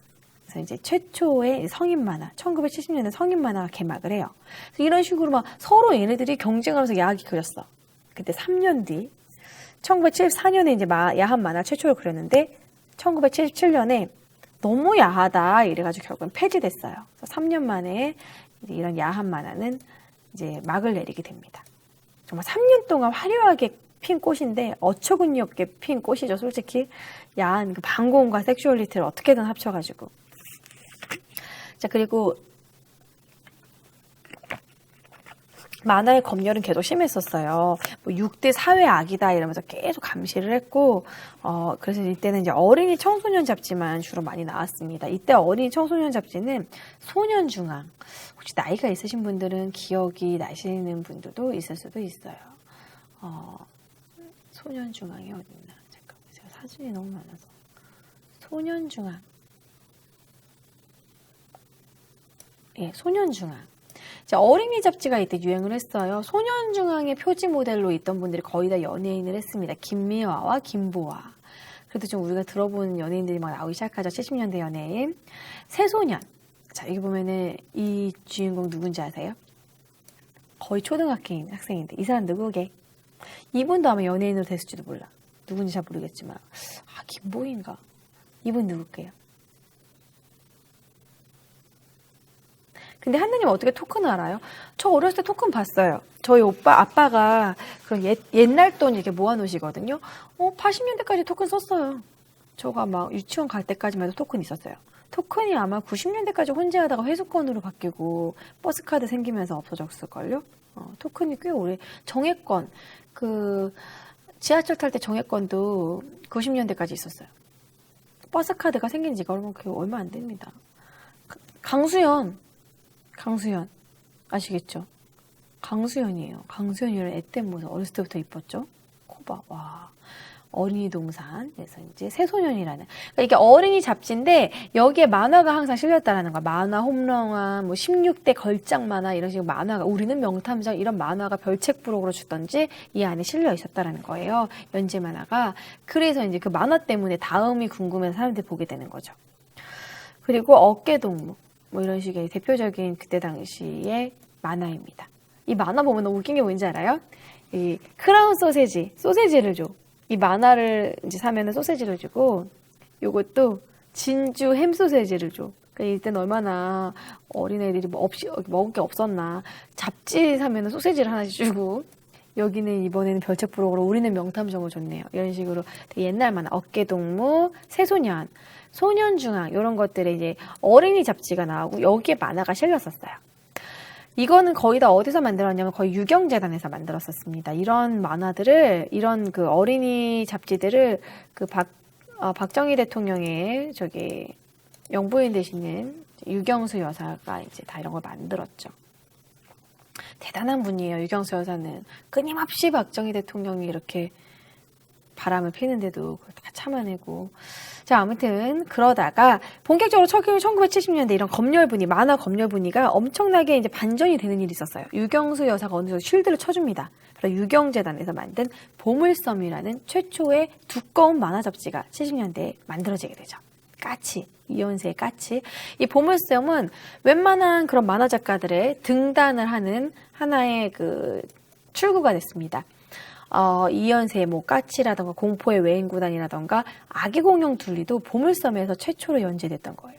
보물섬에서 연재되고 그런 것들 보물섬. 보물섬에 성공을 하니까 그 다음에 또 새로운 또 IQ 점프가 나와요. 나 IQ 점프는 본 적 있어. 제가 80년대까지 IQ 점프 있었거든요. IQ 점프 보면 여러분 막 만화 보이죠, 막. 고행석의 만화, 은하라던가 좀 이연세, 고행석. 많은 그림들이 막 여기 많이 들어가는 우리들의 우상 본 것 같은 그런 작품들이 있어요. 이게 IQ 점프, 보물섬과 IQ 점프 이런 게 이제 70년대, 80년대로 이어지는 거죠. 어렸을 때 본 거 기억나죠, 여러분? 막 추억이 새록새록하지 않습니까? 보물섬 이거 배고 자면 되게 좋은데 되게 두꺼워가지고 거의 베개 수준이야. IQ 점프는 조금 얇았는데 보물섬은 진짜 두꺼웠어요. 기억하기로는. 자, 그런 식으로 하면서, 이제 한 달에, 보물섬이나 IQ 점프가 이제 한 달씩 이제 나왔어요. 그러다 보니까 사람들이 만화를 한 달을 기다리는 게 너무 막 기다려지는 거야. 일본은 그때 당시 일본 잡지는 주간이었거든요. 일주일에 한 번씩 만화가 나왔거든요. 일본은 워낙 만화 강국이니까. 그래서 일본식 주간 발행 시스템, 2주에 한 번. 이런 식으로 이제 나오기 시작합니다. 그래서 그때 이제 그런 걸 무크즈라고 하는데 일주일에 한 번 좀 얇은 잡지가 나오기 시작해요. 최초의 얇은 잡지. 그게 이제 여성 잡지라고 해가지고 9번째 신화라는 작품이 있어요. 잡지가 있어요. 9번째 신화는 조금 얇은 순정 만화. 그래서 이제 만화가 2주에 한 번씩 잡지가 나옵니다. 9번째 신화라는 그런 좀 얇은 잡지가 나오기 시작해요. 주간 잡지. 자, 그리고 이제 최초의 순정 만화 잡지가 1988년 우리나라 이제 올림픽 때 나오기 시작하는데 그게 르네상스. 르네상스 저도 많이 봤습니다. 학창 시절에. 르네상스. 여자분들은 좀 아실 거예요. 르네상스라는 이런 잡지. 7, 80년대 넘어오죠. 여기 보면은 황미나, 김진, 차성진, 원수연 김기에 뭐 유명한 우리가 아는 그런 작품 작가들이 다 여기 써 있어요. 강경옥 씨 그림도 많이 봤는데. 여성 잡지. 그러니까 이제는 그전에는 남성 만화 중심이었다면 이제는 70년대 또 여성 만화들, 캔디가 유행을 하면서 캔디가 우리나라 되게 성공을 했거든요. 그래서 이제 여성 순정 만화가 또 엄청나게 붐을 일으키게 됩니다. 르네상스 이런 식으로 잡지가 막 나오기 시작해요. 그리고 이제 하이센스라는 또 여성 잡지도, 여성 순정 만화 잡지도 생깁니다. 이 순정 만화는 김영숙 씨가 만든 것인데 강경호, 권영수, 최은정 좀 신인 잡지, 신인 작가들에 등단할 수 있는 그런 식으로 좀 신입들이 이제 주로 하이센스에 이제 많이 실렸었어요. 장구경 나오죠. 애독자 영화 초대 장구경의 H2O 막 이런 식으로 피가로의 결혼 만화 이런 거 다 조슈아 이런 거 다 본 것 같아. 재밌었는데 하이센스 이런 순정 만화가 나타납니다. 재밌죠? 이때 진짜 재밌는 만화 많았었는데. 그래서 1980년대 이게 순정 만화의 시기라고 할 수 있겠죠. 순정 만화 시기 때 이제 70년 이제 아동 만화가 유행하다가 그리고 70년대에는 이제 보물섬 이런 것도 이제 나오고 순정 만화 나오고 순정 만화까지는 좀 검열에 많이 안 걸렸거든요. 그래서 아동 만화 다음에 순정 만화가 유행을 하게 되는데 이제 80년대 이제 순정 만화도 유행을 하고 또 80년대 이연세 외인구단이 나타나면서 그때부터 성인들이 만화방에 출입을 하게 됩니다. 외인구단이 또 엄청나게 성공한 만화죠. 공포의 외인구단. 노래도 생각나는 것 같아요. 이거 만화도 있었고 애니메이션도 있었고 영화도 있었어요. 외인구단 막 이러죠. 막 방공을 이용한 섹슈얼리티가 안 보셨구나. 이거 이런 식으로 약간 야하다게 느껴지죠. 요거가 바로 김일성의 침실을 제가 딴 거예요. 막 침실 막 이렇게 약간 보이죠? 야하려고 하는 그런 느낌. 아까 이거를 보여드린다고 깜빡했네. 자, 공포의 외인구단 그림이 어딨나 보여드릴게요. 공포의 외인구단. 자, 초창기 사파 그림을 그려드릴게요. 이 머리카락 여러분 생각나요? 이 점점점점 머리카락? 이연세 씨의 그림체? 안경 동그랗고 마동탁 나오고. 이게 오랜만에 본다. 이 공포의 외인구단. 이게 엄청나게 흥행을 하고 뭐 난리가 나면서 사람들이 이제 성인 만화도 남자들도 이제 만화를 보게 되고요. 공포의 외인구단, 그 다음에 이제 허영만, 아까 허영만의 그런 각시탈, 식객 뭐 이런 거, 그리고 고행석 그림 되게 좋아하는데 전 80년대 때 이 만화 봤어요. 8, 90년대 뭐 불청객 시리즈로 이 고행석 씨의 대표적인 이 구영탄의 헤어스타일, 이게 항상 이 캐릭터가 나오고 스토리만 바뀌어요. 되게 재밌어 이 만화. 보신 분 있으시죠? 고행석 만화. 이 남자 캐릭터 구영탄인데 구영탄은 항상 눈이 이렇게 졸리는 캐릭터예요. 그래서 되게 건들건들하고 되게 허당인 것 같지만 실제로는 도박을 되게 잘한다던가 뭐 아무튼 특수한 능력이 있다던가 알고 보니 금수저라던가 이 구영탄이 되게 능력이 있는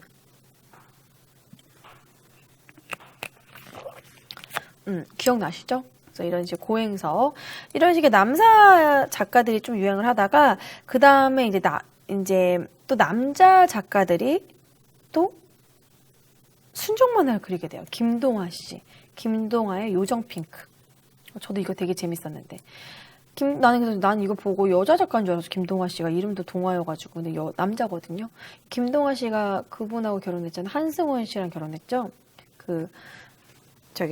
프린세스 작가분하고. 그래서 김동아의 요정 핑크. 이거는 어떻게 보면 우리나라 최초의 그 캐릭터화된 요정이 나온 되게 재밌었어요. 스토리도 되게 재밌었고, 강낭콩 먹고 막. 요정 핑크 다시 보고 싶다. 그리고 차성진 씨. 차성진 씨 그림은 되게 여리여리한데. 그림 너무 많아. 제가 너무 스샷을 많이 따가지고.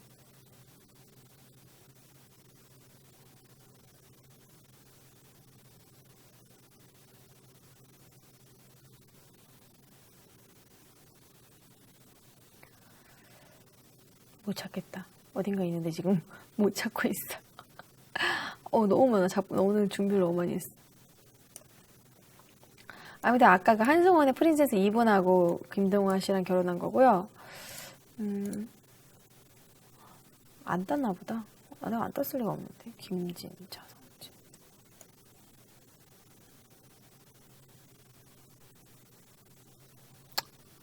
여기 있다, 찾았다. 이 칼날이 있어서 안 보였어. 이 차성진 씨 같은 경우에는 이 최초의 발레 만화, 이걸로 유명해요. 음반의 요정, 이걸로 유명합니다. 발레 만화를. 그리고 되게 여리여리한, 남잔데도 불구하고 되게 여리여리한 이런 순정 만화를 잘 그렸어요. 차성진 씨. 그리고 뭐, 이진주 씨. 이런 사람도 있고요.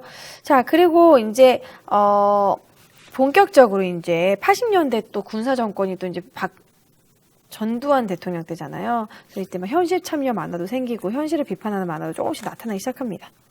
자, 이제 90년대로 넘어오는 이제 전성기가 오죠. 전성기. 자, 전성기가 오는데, 잠시만요. 이진주 씨 것도 한번 보고 넘어가. 이진주 씨는 이제 달려라 하니. 이것도 남자분입니다. 이진주 씨. 나도 진주여가지고 나도 남자인 줄 알았는데, 여자인 줄 알았는데, 남자예요. 달려라 하니. 막, 엄마, 나엘이 용서 못해. 막, 한이 어렸을 때 봤던 거 생각나죠? 이진주 씨. 이런 식의 작품이 있고요. 뭐 둘리도 뭐 김수정 씨 둘리 뭐 이런 것들. 자, 이제 90년대로 넘어봅시다. 90년대는 정말 만화의 르네상스, 만화의 전성기라고 할 수 있어요. 여러분들이 아마 만화를 가장 많이 봤던 시기 아마 90년대가 아닌가. 90년대는 책 빌림터 붐이 일었어요. 만화방도 있지만 책을 빌려서 집에 가져가서 보는 거죠. 왜냐하면 만화방은 어린 학생들은 가서 만화방에 가서 보기가 좀 그랬어요. 담배 피시는 분들도 많고 아저씨들이 많고 그래가지고 지금 PC방이 없을 시절 만화방은 그냥 죽치고 있는 사람들이 되게 많았거든요.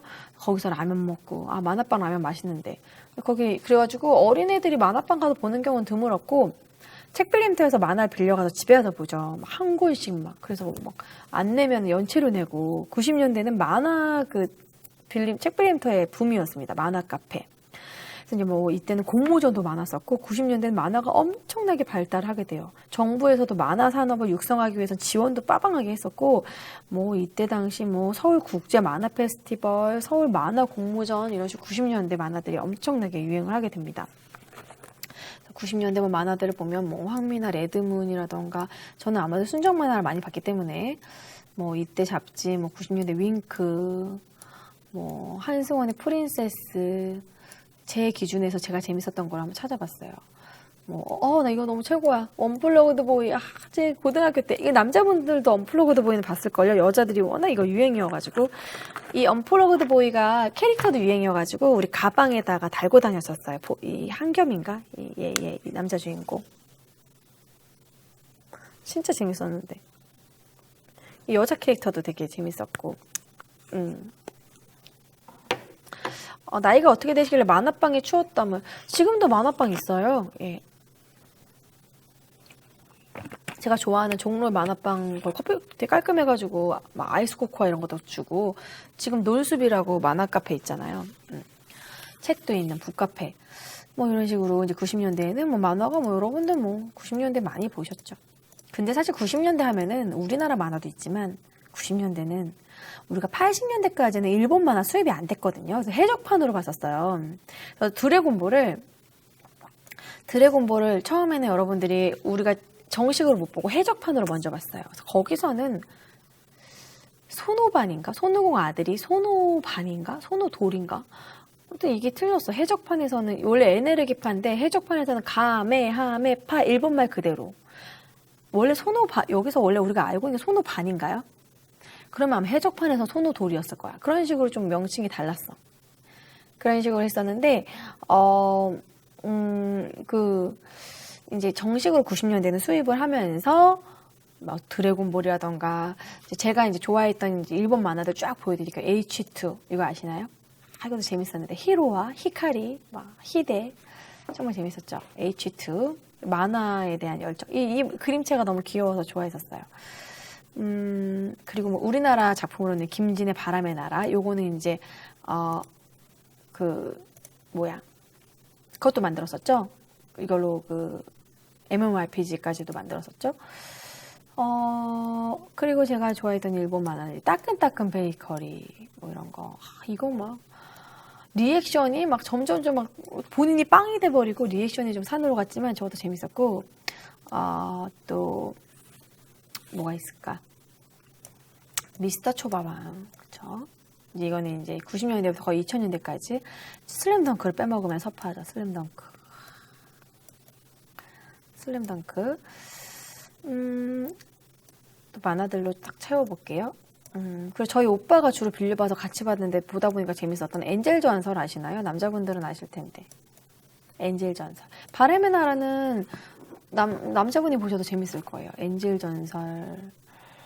뭐. 그리고 사실 제가 좋아하는 만화는 이 만화입니다. 제가 제일 좋아하는 작가, 제일 좋아하는 병맛 만화는 전 좀 병맛 좋아하거든요. 마사로. 멋지다 마사로 좋아하고요. 이것도 좋아해요. 그쵸. 병맛 만화의 최고는 이나중 탁구부죠. 이나중 탁구부. 이런 거. 막, 뭔가 뭐지? 확실치 않은 포즈가 더 남자다워. 막 이런 거. 되게 거지 같지만 멋져. 막 이런 게, 이런 말투가 이제 멋지다 마사로, 이나중 탁구부. 뭐 이런 식으로. 이 한 컷을 너무 재밌어서, 나 모르게 살짝 엿보러 와. 막 이런 식으로. 그럼 할 수 있어. 싫어! 막 이런 식으로. 막 병맛스러운 내용이 되게 많아요. 이것도 되게 유명한, 엔젤 전설 유명한 짤인데, 죽겠기야! 막 이런 식으로 너무 무서워서 와 무서워 이랬는데 사실 얘는 죽으면 안 돼 막 이런 식으로 얘는 얼굴은 악마같이 생겼지만 사실은 되게 마음은 엔젤이야. 그래서 엔젤 전설 이것도 정말 재밌었어요. 시티헌터도 그렇고 뭐 이런 일본 만화도 제가 또 준비한 게 없나? 저는 만화 안 본 게 없어. 거의 다 봤는데 이토준지 소용돌이. 제가 아까 낮에 보컬 트레이닝을 받는 방송도 하고 왔는데, 그 장효진님 그 보컬 트레이닝 하는 그 교실에 있었는데, 만화가 되게 많은 거예요. 근데 이토준지 만화는 없더라고요. 이토준지 만화는 없네. 근데 이토준지 만화 소장하고 싶지 않다고 재밌긴 한데, 저도 소장하고 싶진 않아요. 진짜 극혐인 그림체가 진짜 많아. 이뿐만이 아니야. 이거는 이제 달팽이 인간이 돼버린 거고, 소용돌이에서. 이뿐만이 아니라 진짜 이토준지 그 만화짤은 진짜 상상 초월이 어떻게 그런 그림을 그릴지. 이토준지 만화 여러분 진짜 여름에 더울 때 한번 빌려서 보세요. 아니면 인터넷으로 어떻게 보시든지. 이토준지 최고죠. 예. 근데 소장하고 싶지 않아 나도. 보고 나면 되게 찝찝해. 만화가 진짜 그것도 갈수록 병맛이야. 이런 이제 일본 만화들이 90년대부터 우리 지금까지 이어지고 있죠. 사실 일본 만화가 또 재밌죠. 우리나라 만화도 재밌지만 일본 만화 정말 재밌어요. 이제 90년대는 이런 식으로 정말 다양해집니다. 90년대는 만화의 르네상스라고 할 수 있어요. 우리나라 만화뿐만 아니라 일본 만화까지. 자, 그럼 이제 21세로 넘어갑니다. 2000년대로 넘어가고 나서는 괴짜가족도 짱이죠. 만화 얘기 좀 해볼까? 공포의 물고기 맞아. 그거 기억나요? 공포의 물고기가 이제 물고기에 그게 무슨 기생처럼 해가지고 막 이런 식으로 막 그것도 되게 징그러. 기생수를 내가 안 보여줬구나. 기생수도 짱이죠. 이 오른손 이 이름이 뭐더라 얘가? 외눈박이 아닌데 오른손이라고 하나? 애꾸눈이 아무튼 기생수도 진짜 재밌고. 일본 만화는 일단은 그런 상상력이 장난이 아니야. 괴짜가족 재밌죠. 제가 좀 배설을 잘하는 편이에요. 친구들이 저보고 괴짜가족에 그 국회의원 같다고. 일본 만화 저도 웬만하면 안 본 거 없어요. 예. 자, 그러다가 2021세기로 넘어갑니다. 21세기로 2000년도 넘어가고 나서는 이제 이렇게 글로 있는 책의 시대가 슬슬 가기 시작해요. 왜냐하면 컴퓨터가 발달하고 PC가 나오고 그러면서부터 점점 스마트폰이 생기고 점점점 이런 웹툰이라는 것이 이제 생기면서 만화가 점점 웹툰이 생기고 이 웹툰이 포털 사이트와 이렇게 합쳐져서 웹툰이 하나의 상업적으로 이 포털 사이트를 홍보해주는 역할을 하고 광고를 붙이게 되고 뭐 그런 식으로 하면서 디지털 만화 시대가 열립니다. 그렇다면 여러분 최초의 인터넷 만화가 뭘까요? 인터넷 웹툰이라고 할 수 있는 최초의 인터넷 만화.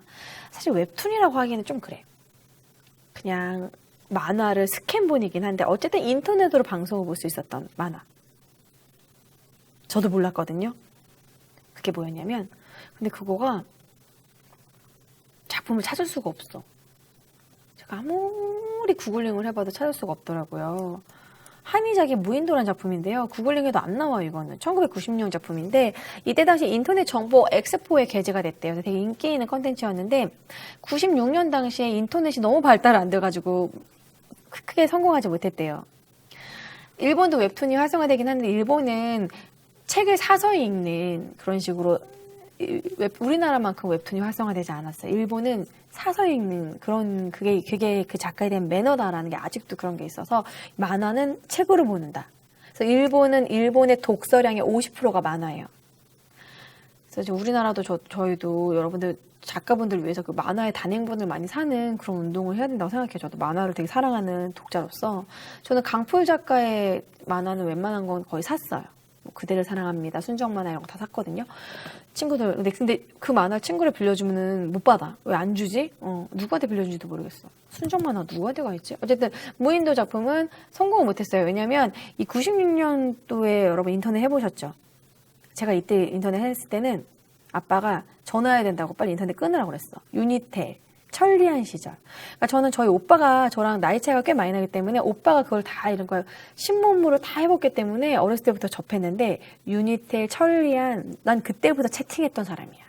그리고 막 채팅방에서 채팅하고 막 섹시 성재, 막 야한 닉네임으로 막 있어가지고 저는 서울 살아요. 서울 사는 뭐 몇 살 나이를 속이는 거지. 난 사실 중학생인데 대학생이에요. 과가 뭐냐고 그래가지고 문과 막 이러고 문과 너 고딩이지 뭐 나 중딩인데 문과는 없나요? 영문과 막 이러고 문과 이과는 과가 아니구나. 그래서 막 딱 걸리고 막 이랬었는데 하이텔 막 이런 것도 있을 시기였기 때문에 인터넷 속도가 너무 느려서 크게 발전이 못했고 본격적으로 웹툰이다라고 말할 수 있는 거는 이제 90년대 말, 2000년대 초반에 이런 만화가 이제 나오죠.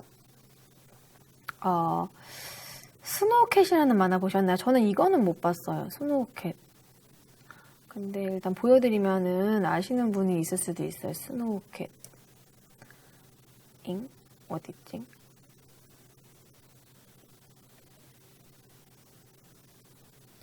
이거는 이제 고양이를 주로 그린 만화인데. 내가 너무 만화를. 일본 만화 얘기한 김에 이거 보여드리고 갈게요, 일단. 일본은 이렇게 책으로 주로 삽니다. 그래서 일본 만화 책으로 샀기 때문에 일본은 이렇게 만화 시장에 돈을 많이 벌어요. 원피스가 3억 부. 뭐 고르곤 안 봤는데 고르곤 2억 부. 드래곤볼 저도 봤어요. 1억 5만 7천만 부. 이게 순위별로. 여기는 잘 나가는 파츠였어. 나 요거 봤다. 요거 좀 야한데. 요거도 봤고 명탐정 코난도 봤죠. 나루토 봤고 맛의 달인 이것도 봤고 슬램덩크 당연히 봤고 도라에몽도 봤고 아스트로 이거는 만화로는 안 봤어요. 웹툰으로만 보고 터치 이거 H2랑 비슷한 거예요. 북두의 권 이건 보다가 이거는 좀 안 봤어요. 너무 그림이 너무 조잡해가지고 너무 복잡스러워가지고 김전일 봤고 김연모 이건 안 봤다. 이것도 안 봤고 아무튼 이런 식으로 여러분들이 여기에서 적어도 50% 정도는 안다는 거는 우리나라가 일본의 웹툰 일본 만화 영향을 많이 받았다는 거겠죠. 그래서 일본은 주로 책으로 많이 삽니다. 제가 스노우 그거를 준비를 했는데 어디 갔을까? 아기와나를 아까 보여줬네. 일본 만화 나 되게 많이 준비했는데 아기와나. 이거 너무 슬펐어요. 이거 우리나라에서 너무 인기 많아서 영화까지 만들었죠. 신이와 진이 너무 귀여워. 신이 울먹울먹 하는 거 너무 귀여웠어. 그리고 여기 있다. 스노우캣. 이게 흑백이라서. 스노우캣은 진짜 그 웹툰의 단순한 웹툰. 그러니까 이때부터는 이제 본격적으로 스캔본 웹툰이 아니라 타블렛 PC, 타블렛으로 그리는 그림이 나온 거죠. 타블렛 아시죠? 이렇게 판인데 거기다가 펜으로 그림을 그리면은 컴퓨터로 그림을 그릴 수가 있어요. 마치 이제 그림판 느낌으로. 타블렛으로 그림을 시작한 이제 그림입니다. 스노우캣이란 만화인데 뭐 끊지 말아요. 전화 끊지 말아요. 뭐 이런 식으로 약간 일상툰이에요. 이것도 이제 꽤 흥행을 했고 여러분들 이거는 아실 거예요. 마린블루스가 꽤 흥행을 했죠. 이 마린블루스 같은 경우에는 이 스토리가 하나 한 컷, 두 컷, 세 컷 이런 식으로 긴 것도 있고 짧은 것도 있는데 이런 식의 너구리 라면 먹고 싶다.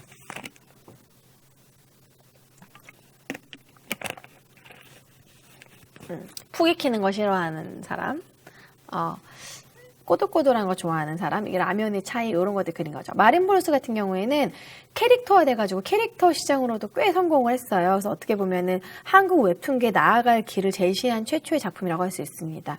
성계군, 그죠? 성계군. 그래서 이제 이 성계군이 워낙 캐릭터가 많이 됐기 때문에 이제 웹툰이 성공을 하고 이게 캐릭터화 될 수도 있구나라는 그런 걸 보여줬던 작품이죠. 네, 흥행한 작품. 이거 말고도 뭐 병맛 만화 있잖아요. 헷 이래가지고 그 뭐지? 이렇게 눈 동그래가지고 이렇게 입술 쫙 이래가지고 이제 그런 이제 이때 당시에는 이제 웹툰이 막 여기저기 많이 나오는데 DC라던가 뭐 DC 갤러리라던가 여기저기 작은 소규모의 사이트에서 웹툰이 막 이제 올라오기 시작해요. 네. 그러다가 이제 인터넷 웹툰 사이트가 이제 본격적으로 2000년대 초반부터 개설을 하기 시작합니다. 이제 인터넷 만화가 이제 개막이 된 거죠. 그래서 2000년대 포탈로 최초로 웹툰을 실었던 포탈이 라이코스였어요. 라이코스 생각나세요? 검은색 강아지. 어서와 라이코스. 멍멍 이래가지고 검색해주고. 스피드한 검색, 라이코스 망했지만, 아무튼 라이코스가 최초로 웹툰 전용 페이지를 2000년대 개설했고요. 그 다음에 2002년에 야후 코리아에서 웹툰은 이제 웹툰 따로 전용 칸을 개설했어요. 왜냐면, 그게 웹툰을 사람들이 보러 오기 때문에 페이지 페이지 뷰가 늘어나고 유저가 확보되니까 그래야지 광고를 많이 유치할 수 있거든요.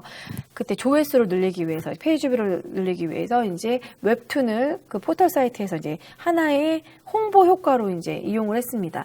2003년에는 다음에서 이제 웹툰을 만들게 되고, 다음 웹툰, 2004년에는 바로 이제 네이버 웹툰. 네이버 웹툰이 사실 제일 늦었었어요. 자, 그러다가 이제 그 다음에 2003년으로 넘어와서는 다음 웹툰의 전성기가 옵니다. 여러분, 다음 웹툰의 전성기가 된 작품이 뭔지 아세요? 아마 맞추기 쉬울 텐데.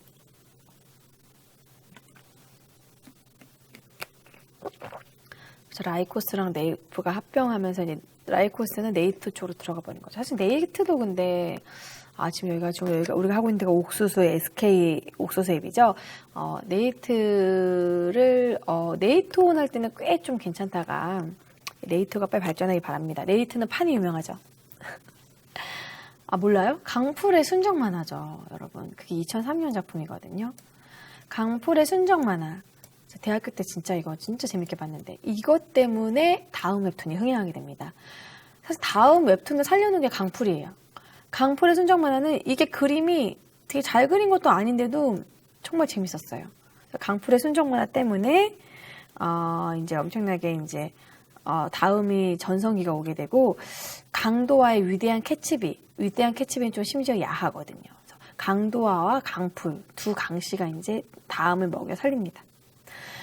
그리고 뭐 이때 이제 순정만화 위대한 캐치비, 파란 카툰의 1001, 뭐 지랄발광 뭐 이런 만화들이 있었고, 네이버 웹툰에서는 유명하게 이제 마음의 소리, 골방환상곡, 정글곡 이런 것들이 이제 2003년, 2007년 이제 막 나오기 시작합니다.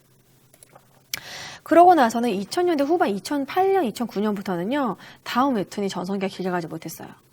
네이버가 갑자기 먹어버렸어.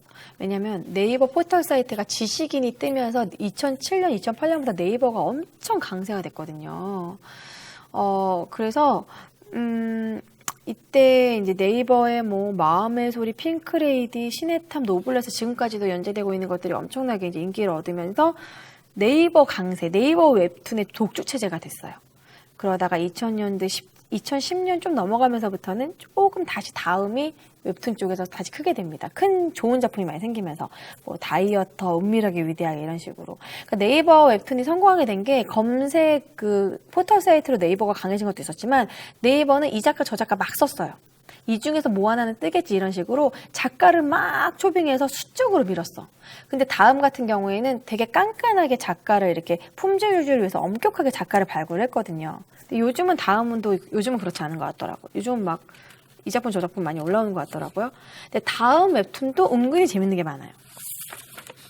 여러분들 보는 거 좀 얘기해봐요. 저는 쫙 얘기해보면 저도 완전 웹툰 매니아이기 때문에 월요일에 이제 네이버 웹툰에서는 월요일에는 윈드브레이커, 이제 화요일 되면은 이제 노블레스, 그리고 하이브, 그리고 이제 수요일로 넘어오면 이제 헬퍼, 그리고 이제 수요일에는 복화광, 기안팔사 좋아하거든요.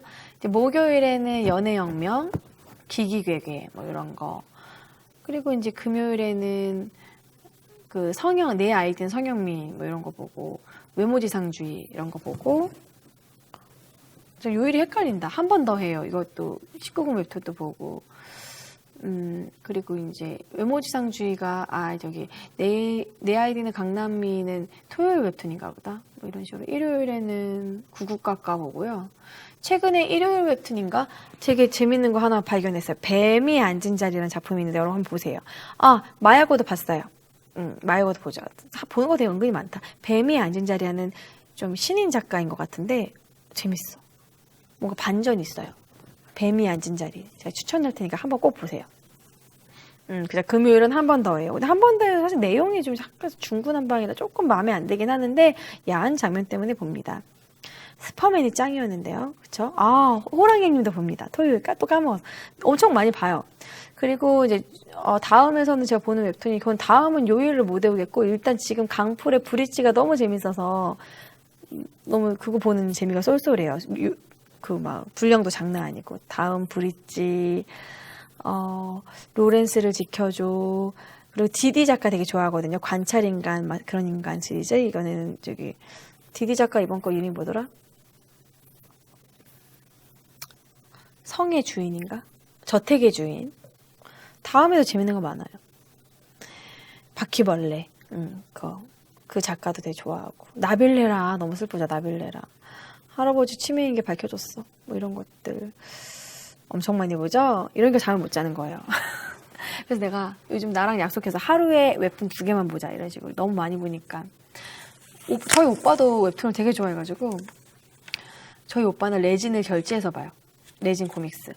자, 지금 레진 코믹스 얘기가 나왔는데 이제 아무튼 그 네이버 독조 체제였다가 이제 다음이 조금 이제 슬슬 커가기 시작하면서 지금은 어떤 식으로 2013년부터는 판도가 어떻게 바뀌었냐면 네이버가 일단 1강, 네이버가 아직은 최고를 잡고 있고 그 다음에 2중 레진 코믹스와 다음이 거의 이제 쟁쟁하게 올라왔습니다. 일단 네이버 웹툰이 제일 그냥 인기가 많고요. 그 다음에 다음하고 그러니까 네이버 웹툰 같은 경우는 이제 네이버를 메인으로 깔아놓으신 분들이 많으니까 다음이 2000년대 초반까지는 최고였는데 꽤 괜찮았는데 다음이 한 메일의 시초고 이제 그 메일 주소를 주로 다음으로 만들었었거든요. 옛날에는. 근데 요즘 네이버가 이제 메일이며 이런 걸 잡고 있죠.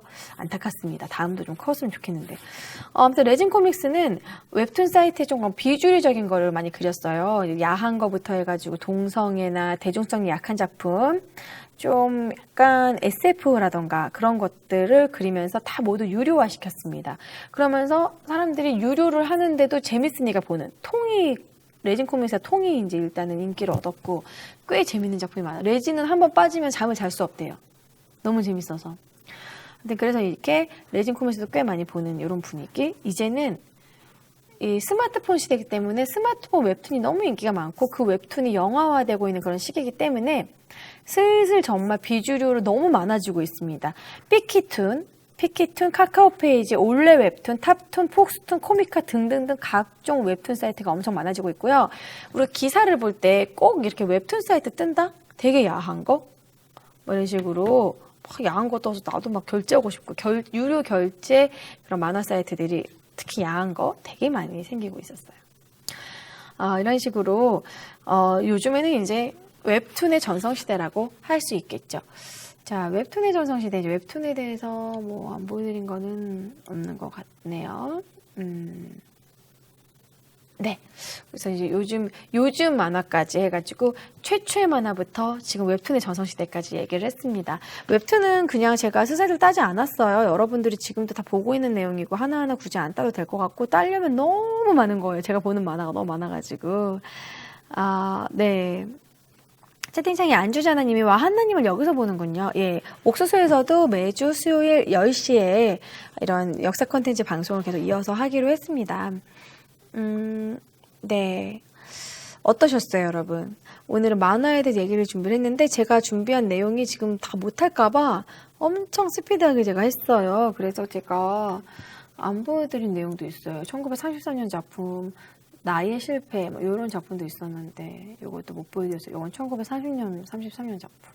1, 2, 3, 4, 5, 6, 7, 8 그래가지고 이렇게 준비했지만 나는 결국 부끄러워서 실패했다. 뭐 이런 식의 이런 만화도 있었고요. 또 안 보여드린 게 뭐가 있을까? H2 만화. 이거 보여드렸고.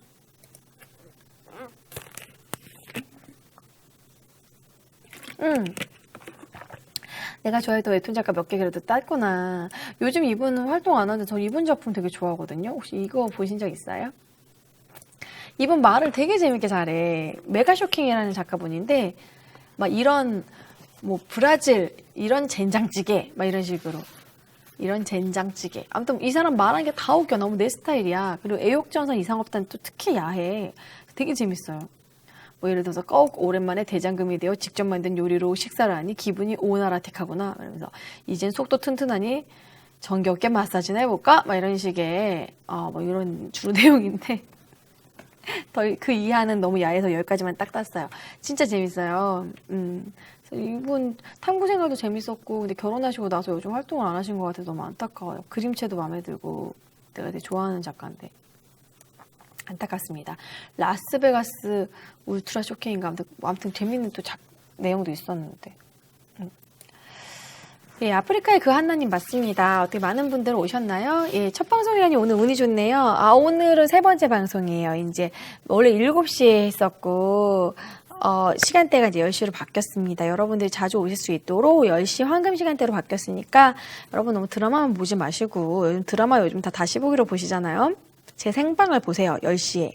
그래서 여러분들 이제 이런 재미있는 역사들을 이제 준비를 하고 있는데 이제 조만간 이제 다음 시간에는 게스트 합방을 해볼까 생각해요. 지금 제가 너무 혼자서만 하다 보니까 다음 주에는 게스트 합방을 준비하고 어떤 내용으로 할지는 지금 준비하고 있는데 아무래도 다음 주에는 남자 게스트를 모셔가지고 스포츠의 역사를 얘기를 해볼까, 야구의 역사에 대해서 한번 얘기를 해볼까 생각하고 있습니다. 요즘 야구 시즌이고 여러분들 야구 좋아하시잖아요. 우리나라에 야구는 언제 들어왔는지, 그러니까 저는 정말 베이스볼의 역사에 대해서 준비를 하고 그 남자분이 야구에 대해 잘 알잖아요. 저보다 도 훨씬 그 선수들의 입단 뭐 내용이라든지 꿰고 있는 분이 있거든요. 그래서 이제 아마 이제 지식 테이너님이라고 그분이 BJ시기도 하지만 또 제 팬이에요. 저희 방 열성 팬이신데 그분하고 같이 야구의 역사를 한번 준비를 해보려고 합니다. 아마 다음 주가 될 것 같아요. 다음 주 수요일에는 야구의 역사로 한번 찾아뵙도록 하겠습니다. 또 야구 이 시간대가 되게 배가 고프네요, 여러분. 나 지금 사실 지금 제가 되게 배가 고파가지고 위가 좀 살짝 쓰릴 정도 배가 고파요. 말을 많이 하다 보니까 10시, 11시, 12시가 좀 야식이 땡길 시기잖아요. 야식 먹방을 겸비해서 야구장에서는 치킨이잖아요. 치킨을 먹으면서 한번 이야기를 자연스럽게 게스트분이 오셨으니까 먹을 거 대접해야죠. 그래서 치킨을 먹으면서 얘기를 나눠보도록 하겠습니다. 채팅창에 조커님이 고추사절이라고. 일단 남자분, 내가 진행자가 여자니까 남자분 위주로 일단 하고요. 그래도 야구의 역사를 하려면 또 빠삭한 남자분이 필요하니까. 그리고 다음에 이제 기생에 대해서, 기생의 역사에 대해 준비할 때는 또 여자분 게스트로 준비하고 있고요. 또 댄스의 역사도 준비하고 있습니다. 또 BJ 동빠님하고 댄스의 역사도 준비하고 있고, 또 이제 메이크업 아티스트 하신 분을 초빙해가지고 조선시대 화장법 그대로 제가 생얼로 나와서 조선시대 화장법으로 화장을 해볼 거예요. 꽃잎으로 입술을 칠하고 뭐 옛날 박하분이라고 해가지고 그 인절미 떡고물 있죠. 인절미 그 떡고물 그걸로 한번 이렇게 얼굴 파우더 해보고 그런 식의 화장을 한번 해보려고 합니다. 아무튼 여러분 다양한 컨텐츠 많이 지금 준비하고 계획하고 있으니까요. 다음 주 10시에도 꼭 와주시기 바래요. 네. 지금까지는 저 혼자 너무 2시간 동안 떠드니까 너무 힘들어요. 이제 게스트 방송도 이제 슬슬 시작해보려고 합니다. 이제 제가 이제 적응이 됐으니까.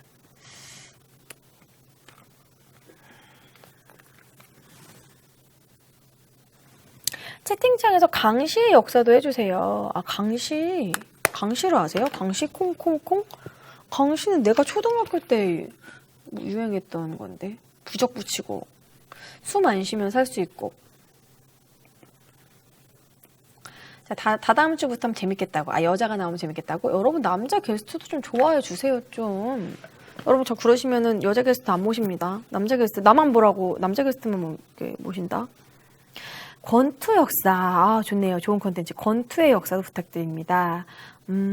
권투의 역사를 하려면 우리나라 수바키부터 시작해야겠네. 오병 수바키. 들어보셨나요?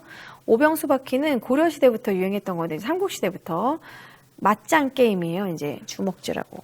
그래서 그때부터 이제 오병 수바키, 태권도, 그리고 이제 권투까지. 권투 하면은 이제 로키를 얘기 안 할 수가 없죠. 외국의 로키. 빠바밤, 빠바밤. 막 꼭 권투 하신 분은 꼭 줄넘기, 체중 조절. 줄넘기 막 하고, 사우나 하고.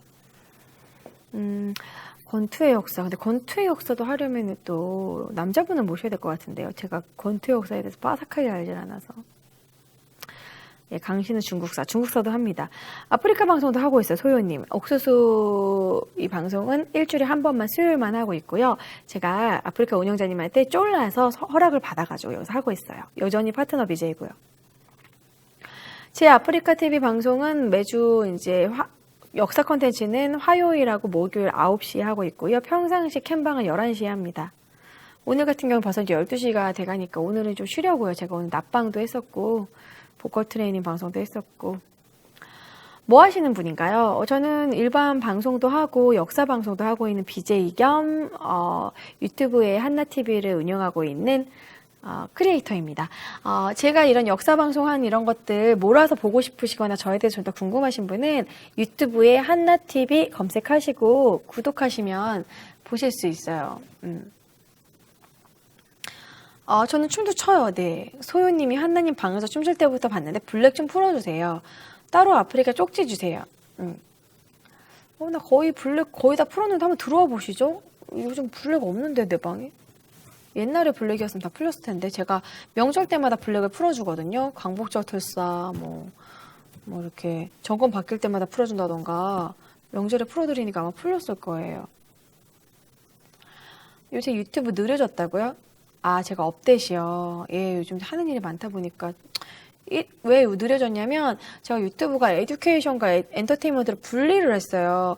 왜냐면 같이 하다 보니까 너무 이질적인 역사와 또 먹방이랑 너무 이질적인 두 컨텐츠라서 좀 나눠버렸더니 양쪽 다 매일 올리기가 좀 힘들어요. 아무리 편집자 2명을 써도 옛날에는 합쳐있을 때는 1업데이트 무조건 됐는데 나눠버리다 보니까 네, 그래서 좀 안타깝네요. 지금은 이렇게 갈 수밖에 없을 것 같고 수님이 생활 한복인가 예뻐요. 네, 한복이에요. 근데 좀 평상시에도 입을 수 있는 한복이고요. 옥수수는 다시복이 없나요? 지금 VOD 다시보기 서비스는 아직까지는 진행을 하고 있지 않은데 어떻게 될지 모르겠어요. 이제 만들 것 같은 느낌인데 아직은 지금 저는 확실히 모르겠네요.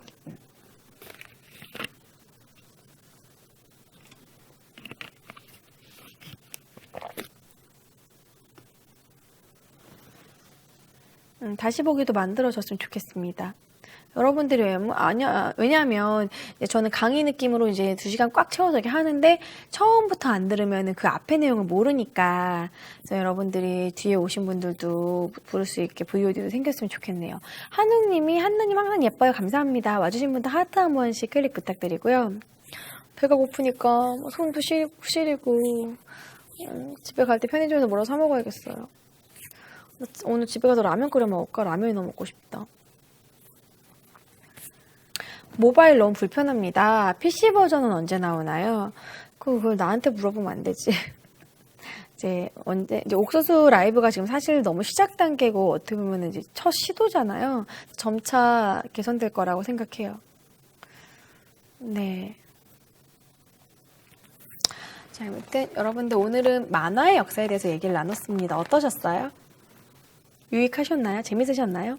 내가 너무 많이 준비를 하다 보니까 사실 여러분들 소통하고 막 얘기를 많이 나눠야 되는데 내가 너무 준비한 게 너무 이만큼이라서 다 못할까봐 너무 내 얘기만 하지 않았나 싶네요. 채팅창에 소유님이 옥수수 영화 보러 왔다 하나님이 있어서 깜짝 놀랐다고. 원래 제 팬이셨군요. 거기서 식사나 간식 안 줘요? 지금 12시라. 12시라 지금 식사 다 이미 하고 오셨겠죠. 전 집에 가서 먹어야죠. 신선했어요. 네. 재밌었어요. 좋았어요. 다음에도 이 옥수수에서 제가 하는 거는 여러분들이 공감할 만한 역사 뭐 이런 쪽으로 준비하려고 합니다. 제가 오늘 영화 대립군을 봤거든요. 저번에 대립군에 대해서 다뤄주세요 했던 분이 있기 때문에 다음 주에 아마 만약에 제가 게스트 방송을 섭외를 못해서 좀 미뤄줘서 저 혼자 하게 되면 대립군에 대해서 할 거고, 섭외를 해가지고 만약에 그 게스트 방송을 하게 되면 이제 야구의 역사에 대해서 할 것 같아요. 의외의 소재, 앞으로도 이런 의외의 소재, 특이한 거. 대립군은 제가 오늘 영화를 봤는데 전 되게 재밌게 봤거든요. 그래서 여러분들 대립군의 배경 지식에 대해서 설명을 해드리고, 대립군이라고 하는 걸 대립에 대해서 잘 모르시는 분들이 있어요. 그런 것도 설명해주는 그런 방송을 하려고 합니다. 한나님 준비 정말 알차게 하셨네요. 오늘 대본을 제가 다 짜는데 6페이지 준비했습니다. 전 내용을 너무 많이 준비해서 A4 용지 이렇게 하면 안 되고 가로로 이렇게 프린트를 해요. 2단으로 나눠가지고 이렇게 빽빽하게 준비합니다. 물론 여기서 내가 안 다루고 넘어간 내용도 많지만 막 노란색으로 색칠해가면서 네, 뭐 열심히 준비한 거 치고 다 다뤘던 것 같네요.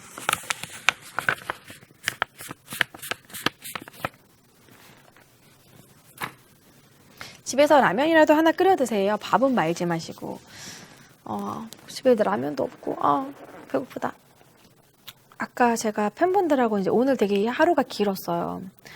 이제 아까 11시까지, 이제 9시에 일어나서 11시까지 준비하고 11시까지 이제 청담동 쪽에서 장유진님한테 보컬 트레이닝 받고, 오늘 보컬 트레이닝 새로운 거 알았습니다.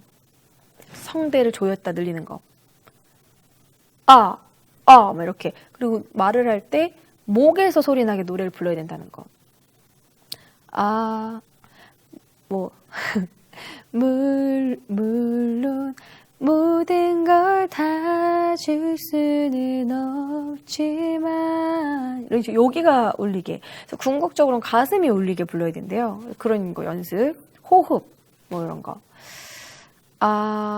영화사랑님이 아프리카보다 옥수수가 돈 더 주나요? 실례인 질문인가? 옥수수는 여러분 후원 프로그램이 없어요.